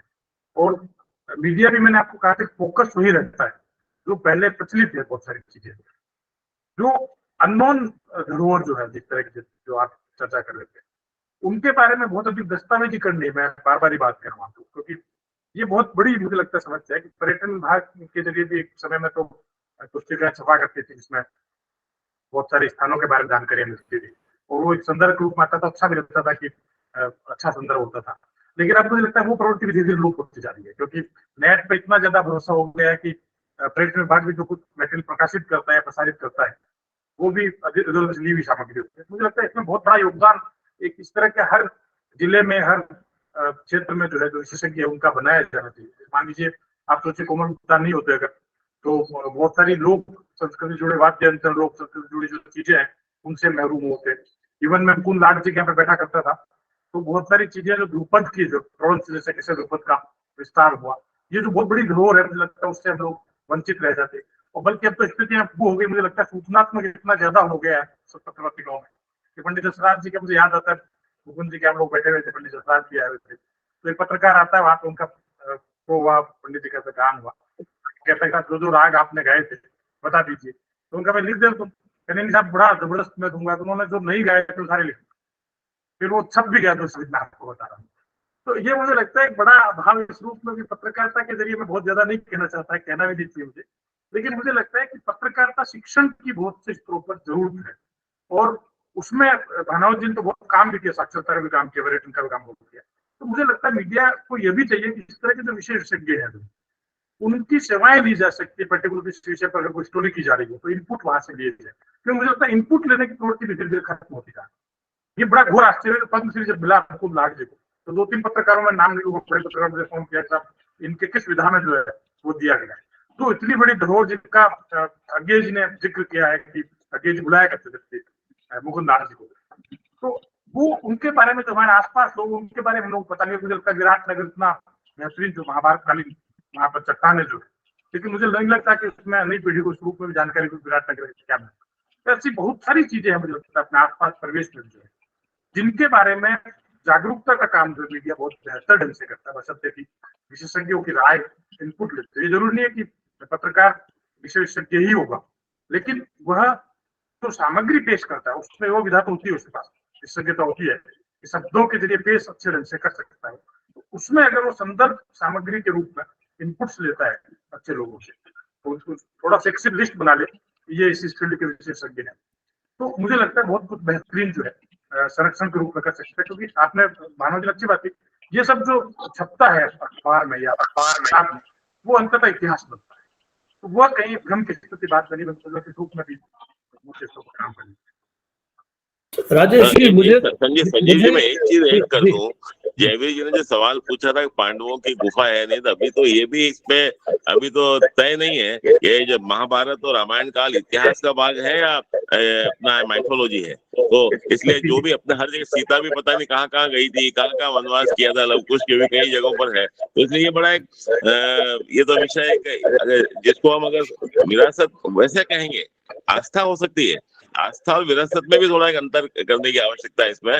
तो ये जो भी जयवीर जी ने सवाल पूछा था वो गुफा पांडवों की है या नहीं, कैसे पता करें, अभी तक तो इतिहास में इसका अभी बहुत प्रमाण अभी मिले नहीं अभी तक, तो ये अलग लेकिन विषय हो सर सकता आज है। आपने पढ़ा होगा एक अखबार में, लखनऊ यूनिवर्सिटी के सिलेबस में वो पूरा जो अयोध्या का और राम और वो सब जोड़ दिया गया है सिलेबस में, इतिहास में। मैं तो वो तो किसी ने कहा ना, अभी किसी ने कहा कि राजनीति और विरासत जब मिल जाएगी तो जो होगा वही होगा जो हम देख रहे हैं। तो देखिए इसको जी। थोड़ा एक कंटेम्प्रेरी, विभाजन ने कहा था, अच्छी बात है, कंटेम्प्रेरी पॉलिटिक्स से अलग रखना चाहिए विरासत को, ये तो बहुत आवश्यक है। वरना हर सरकार या हर राजनीतिक सत्ता अपनी अपनी दृष्टि से विरासत को परिभाषित करने लग जाएगी। उसके पीछे एक बड़ी वजह है, ये बात तो सही है कि बहुत सारे स्थान ऐसे हैं, जैसे रावण के बारे में कहा जाता है कि शिवलिंग उठाते समय वहां रख दिया गया वो शिवलिंग वहां, तो ये मंदिर वो रावण का पूज्य मंदिर है। ऐसी बहुत किंवदंतियां, बहुत सारे नेता अपने जुड़े हुए हैं। लेकिन मुझे लगता है इन कारणों से जो आस्था और विश्वास होता है, उस कारण से बहुत सारे धरोहर संरक्षित हुए। तो मुझे लगता है पर्यटन का बहुत बड़ा हिस्सा जो है वो आपका घरेलू पर्यटन, डोमेस्टिक टूरिज्म, और वो आस्था और विश्वास के कारण ही जीवंत है, बल्कि संरक्षित भी मुझे लगता है बहुत से। अच्छा राजेश जी, रामायण में कितने तरह की लिखी गई है? जी, आप साउथ में जाएंगे तो वो अलग तरह का है, हमारे जैनियों में अलग रामायण है, आचार्य तुलसीदास लिखी वो अलग तरह की रामायण। तो ये तो मुझे लग रहा है कि बहुत सारे ऐसे प्रश्न हैं जो आध्यात्मिक और पौराणिक है। और मैं कह रहा था आपकी तो सिर्फ एक बड़ा मुद्दा ये भी है जरूर में कि बहुत सारी चीजें हिंदुस्तान, आप यूनेस्को ने एक सर्वे किया था उस समय पे, उसमें था कि सबसे ज्यादा स्मगलिंग कहीं पर होती है मूर्तियों की, जो वो हिंदुस्तान से होती है। तो मुझे लगता है ये एक बहुत बड़ा जागरूकता का इसलिए भी है कि उन मूर्तियों के बारे में पता ही नहीं हम लोगों को कि कितनी प्राचीन है। इवन आप सोचिए डूंगरपुर में सोमनाथ का मंदिर है, बहुत ही खूबसूरत मंदिर, सोम नदी बहती है पास में, देव सोमनाथ का, देव सोमनाथ, तो 2-3 मंजिल का है, इतना खूबसूरत मंदिर है। तो मुझे लगता है कई बार मुझे पीड़ा भी होती है, व्यथा भी होती है अंदर से कि इनका डॉक्यूमेंटेशन नहीं होने के कारण हो सकता है आने वाली पीढ़ियों को पता ही नहीं चला कि क्या होती है। जैसा कि मैं नेपाल में बताया, नेपाल में बड़ी समस्या हो गई है कि जो बहुत सारी प्राचीन धरोहर है उनका कहीं कोई डॉक्यूमेंटेशन वर्षों से नहीं हो रहा है। तो मैं खुद ढूंढ रहा था बहुत सारी चीजें, लेकिन मुझे नहीं मिल पाई बात को। तो ये मुझे इसलिए मैंने फोकस रखा कि ये बहुत बड़ी समस्या है, इस पे क्या कुछ मीडिया के जरिए हो सकता है, इस पे भी मंथन होने की जरूरत है कि जरूर है कैसे मंथन। छवि प्रताप कुछ कहना चाहती हैं?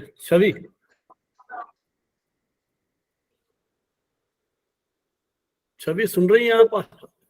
Yes sir, good evening sir, good evening all. मैं Chhavi Pratap museology and conservation की स्टूडेंट हूँ राजस्थान यूनिवर्सिटी में।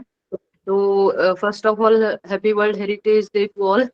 और जैसे कि इस प्लेटफॉर्म पे काफी सारे अलग अलग मीडिया से और हर टाइप के हिस्टोरियंस है और म्यूजियोलॉजी से रिलेटेड है और मीडिया से रिलेटेड बड़े बड़े दिग्गज आ रखे हैं जहाँ से, क्योंकि I am a student only. But as a museology और एक कंजर्वेशन के स्टूडेंट होने के कारण जो प्रॉब्लम फेस कर रहे हैं आज के टाइम में कि गवर्नमेंट कोई प्रोजेक्ट ही नहीं चला रही कंजर्वेशन के लिए। अगर कोई प्रोजेक्ट चलते भी हैं तो वो प्राइवेट म्यूजियम्स पे चलते हैं और ना तो कंजर्वेशन के कोई प्रोजेक्ट होते, दूसरा नई चीजें और बन जाती है, नए म्यूजियम भी खड़े हो जाएंगे, सब कुछ बहुत नया होगा। बट सिर्फ राजस्थान की ही बात करूँ तो हार्डली कोई 2-3 म्यूजियम ट्रस्ट है, वो भी प्राइवेट के हैं, जो कंजर्वेशन पे काम कर रहे हैं। जो क्योंकि कंजर्वेशन के लिए आपको बहुत ज्यादा इक्विपमेंट और बहुत बहुत ज्यादा साधनों की आवश्यकता पड़ती है और सरकार वो साधन प्रोवाइड नहीं करवाती, प्लस वो प्रोजेक्ट नहीं चलवा पाती। तो हम कैसे गवर्नमेंट को थोड़ा सा होप करें कि आप हमारे म्यूजियोलॉजी या कंजर्वेशन के स्टूडेंट्स के लिए भी कुछ काम किया जाए। मैं संजीव जी एक बात कहना चाहूंगा कि मुझे लगता है कि मुझे भी जब खड़ी थी कर रही थी याद आ रहा था कि पंडित रविशंकर जब संगीत पेश किया करते थे बाहर विदेशों में, तो उन्होंने देखा कि लोग टिकट खरीद के आते हैं, तो वो ये सोचते थे कि जब टिकट का पैसा हमने दे दिया तो पूरी तरह से मजा लेना था। तो वो ये देखते थे कि वो जो संगीत बजा रहे हैं, सितार जो बजा रहे हैं, उस पर ज्यादा लोग रुचि नहीं लेते थे, अनर्गल गतिविधियों में संलग्न रहते थे। तो उन्होंने एक शुरुआत की थी कि अपना सितार से पहले एक छोटा सा व्याख्यान हो, जिन रागों को बजा रहे हैं, जिस तरह से वो पेश कर रहे हैं, उस पर एक खूबसूरत सा गुलदस्ते के रूप में व्याख्यान दिया गया। मुझे लगता है धरोहर संरक्षण के लिए इस तरह की किसी पहल की भी जरूरत है कि संग्रहालय तो हम लोगों ने बना दी बहुत से, लेकिन उन संग्रहालयों में व्याख्यान माला की एक श्रृंखला शुरू की जानी चाहिए कि यहाँ पर जो धरोहर संरक्षित है उसका क्या किस रूप में महत्व है, और वो कोई रोचक अंदाज से अगर उसको दिखाया जाता है, स्टूडेंट्स को बुलाया जाता है, तो मुझे लगता है संग्रहालयों के प्रति भी आकर्षण बढ़ेगा। क्योंकि अभी तो मुझे लगता है संग्रहालय जड़ के रूप में हो रहे हैं तमाम जगहों पे। वो एक पर्यटन के नक्शे के रूप में जरूर कहा कि इस संग्रहालय को देखा जाना चाहिए, तो मुझे लगता है नई पीढ़ी बहुत ज्यादा इंटरेस्टेड भी नहीं रहती संग्रहालय में जाए। लेकिन अगर उनको उस इतिहास से, उससे जुड़ी धरोहर के किसी विशेष पहलू से अगर अवगत कराया जाए, इस तरह कुछ शॉर्ट मतलब व्याख्यान टाइप इवन मुझे लगता है संगीत, नृत्य, नाट्य, चित्र जो भी धरोहर है उससे संबद्ध अगर व्याख्यान थोड़े थोड़े शुरू होते हैं तो मीडिया एजुकेशन में भी ये बहुत कारगर रहेगा। और मुझे लगता है कि ओवरऑल भी जो इसका बहुत अच्छा महत्व लोगों की जागरूकता के रूप में हो सकता है। एक चीज आप जो राजेश जी कह रहे थे इस बारे में एक प्रयास, ललित पवार जब थे टूरिज्म में रहे, मैं भी हम लोग साथ में काम करते थे, तो हम लोगों ने एक सांस्कृतिक धरोहर वाहिनी नाम से एक अवधारणा दी थी, जिसका उद्देश्य कि हर स्कूल में अपने आसपास के स्मारकों के बारे में व्याख्यान वहां पर हो, ताकि वहाँ के जो लोग हैं, वहाँ के रहने वाले लोग हैं, वो उसमें गर्व का अनुभव करें कि हमारे क्षेत्र में इस प्रकार की धरोहर है, और उसको संरक्षित भी करें, जाने भी सही, और आगे चलकर जो टूरिस्ट आए तो उनके अच्छे ऑथेंटिक गाइड के रूप में भी काम कर सके। तो एक इस अब आप क्योंकि अभी सरकार में है, तो इस अवधारणा को कहीं न कहीं इधर उधर वापस सांस्कृतिक धरोहर वाहिनी नाम दिया गया था उसको। तो हालांकि बहुत शुरुआती स्टेज पे था और फिर बाद में जैसे सरकार में होता है इधर उधर हो गए। तो लेकिन आप चूंकि अभी बताया संजीव जी ने, अभी भी राजभवन में है और जनसंपर्क विभाग में है, तो कहीं न कहीं कुछ न कुछ आगे बढ़ा सकते हैं। सर आपसे बेहतर कौन जानता होगा कि योजनाएं जो होती है किस तरह से चलती है, उसके पीछे क्या मंतव्य हुआ है। लेकिन मुझे लगता है तो चलाया जाना चाहिए, ये बात मैं क्योंकि ये बहुत जरूरी है मुझे लगता है। हाँ सर, क्योंकि इसका सबसे बड़ा ड्रॉबैक ये है सर कि जब यहाँ पे कोई प्रोजेक्ट नहीं हो रहे, कोई कंजर्वेशन के कोई प्रोजेक्ट नहीं हो रहे या म्यूजियोलॉजी से रिलेटेड, तो जो यंग जनरेशन और मेरे जैसे स्कॉलर्स है वो सीख करते हैं बाहर की कंट्रीज, वेस्टर्न कंट्रीज, जबकि हमारा खुद का हेरिटेज इतना रिच है, तो भी हमारी एक मजबूरी सी हो जाती है कि बाहर जाके हम उसको करें, क्योंकि यहाँ पे कोई प्रोजेक्ट ऐसे चलते ही नहीं है। चलिए, आपकी चिंताएं बिल्कुल जायज हैं और उम्मीद करते हैं नहीं, मीडिया के कर्मी हैं संजीव जी, तो उनके लिए सलाह है कि सरकार के बजट का एक कंपैरिजन करके देखें कि टूरिज्म पे कितना बजट है और इनपे आर्कियोलॉजी और मॉन्यूमेंट और धरोहर के संरक्षण पे कितना बजट है। अगर बजट, मुझे लगता है कोई मुकाबला ही नहीं इनका। टूरिज्म के नाम से 50 चीजें की जा रही है और इसके आर्ट एंड कल्चर के प्रिजर्वेशन के नाम पर शायद मुझे नहीं लगता है एक तथ्यात्मक जानकारी दे करके आप मीडिया के कर्मी इस बारे में लिखेंगे तो ध्यान आकर्षित होगा नीति निर्धारकों का और आज जो भी लोग हैं उनका। जी, हालांकि मुझे लगता है कि एकेडमिक जो इंस्टीट्यूशंस है उनमें थोड़ा बहुत काम हो रहा है।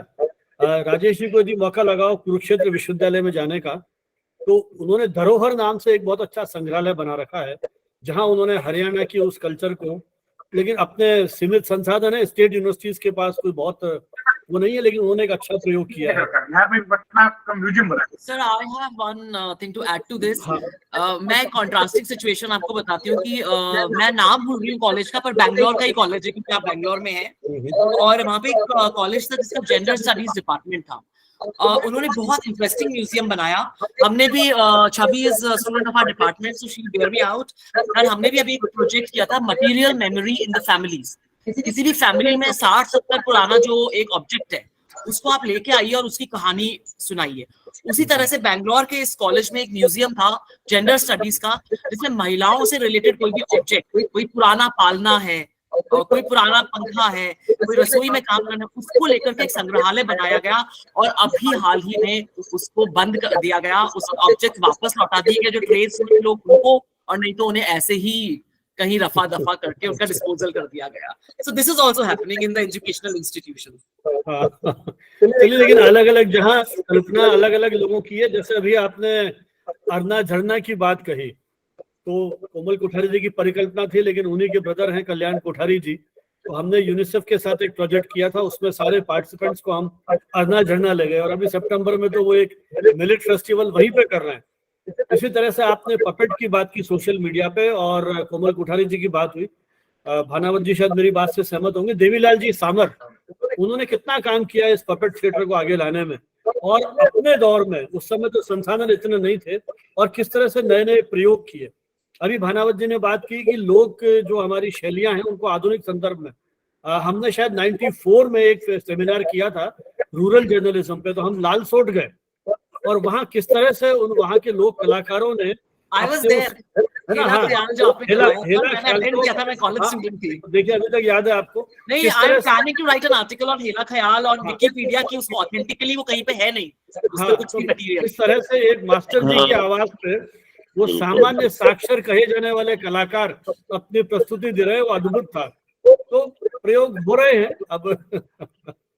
तो इस विश्व, सब विषय है तो इसको उचित तरह हाँ, तो वैश्विक इस विरासत दिवस पर हमने इन चीजों को याद किया और भविष्य के लिए कुछ परिकल्पनाएं संजोई, और जैसा हमारा मानना है, विरासत को परिभाषित करना, निकी जी करते थे, विरासत को परिभाषित करना बहुत आवश्यक है। अभी दिक्कत ये है, हेरिटेज होटल में जब टूरिज्म में, तो हेरिटेज होटल मतलब 75 साल पुरानी बिल्डिंग है तो वो हेरिटेज कहलाएगी। तो अब ये इसमें कई लोगों को गलतफहमी है, क्या हेरिटेज है, किसको माने किसको नहीं माने। जनसाधारण को बहुत ज्यादा जानकारी नहीं इसके बारे में, तो इसे कहना घरों से लेके आ गए चीजें अपनी, फिर पता लगा कुछ उपयोग नहीं है तो फिर वापस लौटा देनी पड़ी इनको। तो इससे कई क्लैरिटी की जरूरत भी है इसमें। आप लोग एक्सपर्ट्स हैं, कर सकते हैं, डिफाइन कर सकते हैं, एक यूनिफॉर्मली एक्सेप्टेबल डेफिनेशन बना सकते हैं। चलिए कुछ महत्वपूर्ण सुझाव आए, महत्वपूर्ण चर्चाएं हुई, तो अपन इसको अब समापन की ओर ले जाते हैं।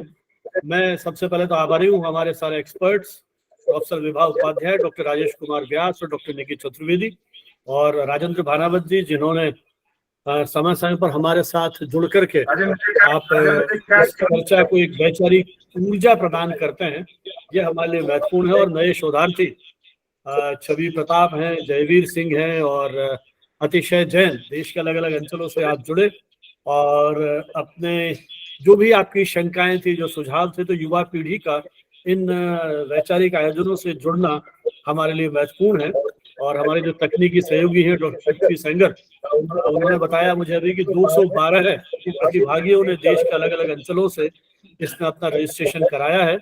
हमारा जो पूरा ईमेल का बैंक है और सोशल मीडिया के डिफरेंट प्लेटफॉर्म्स हैं, उसके माध्यम से हम थोड़ी देर में ये रिकॉर्डिंग शेयर करेंगे, इस उम्मीद में कि जो सुझाव आए हैं, जो चर्चाएं अभी हुई है, वो इसी तरह से और आगे बढ़ती रहे। कोई एक दो सुझाव भी यदि क्रियान्वित हो सकें तो मुझे लगता है इन आयोजनों की सार्थकता है। इस विचार की मशाल को हम इसी तरह से जलाए रखें। अगली हमारी जो वेबिनार है वो 21 अप्रैल को है। हालांकि 22 अप्रैल को वर्ल्ड अर्थ डे, विश्व पृथ्वी दिवस है, लेकिन हम 21 को ये आयोजन कर रहे हैं सुबह 11 बजे। इसमें हमारे साथ जुड़ेंगे देश के वरिष्ठ पत्रकार श्री विनोद वार्ष्णेय, जो राष्ट्रीय अंतर्राष्ट्रीय मंच पर हिंदी पत्रकारिता के माध्यम से पहचान बनाई है। डाउन टू अर्थ मैगजीन, हमारे बहुत सारे मित्रों ने नाम सुना होगा, एनवायरनमेंट को लेकर बड़ी प्रमुख पत्रिका है, उसके एसोसिएट एडिटर हैं विवेक मिश्रा, वो हमारे साथ होंगे। एक जम्मू के अनमोल ओहरी हैं, जिनका क्लाइमेट और चेंज, उस पर उन्होंने एक एनजीओ बना रखा है, वो हमारे साथ होंगे। और जी न्यूज के अभ्यास खान हमारे साथ होंगे। तो इनके साथ हम बातचीत करेंगे role of media in achieving sustainable society. और 23 अप्रैल को वर्ल्ड बुक डे है, विश्व पुस्तक दिवस। इस पे हम फिर कुछ 4 युवा मीडिया शिक्षकों के साथ हम बातचीत करेंगे, उसकी सूचना यथा समय आपको दूंगा। 21 और 23 संजीव जी एक और रिस्पेक्ट नहीं करता है, जैसे वर्ल्ड अर्थ डे वाला 21 को कर रहे हैं, शायद जानकारी होगी 21 अप्रैल को सिविल सर्विस डे होता है।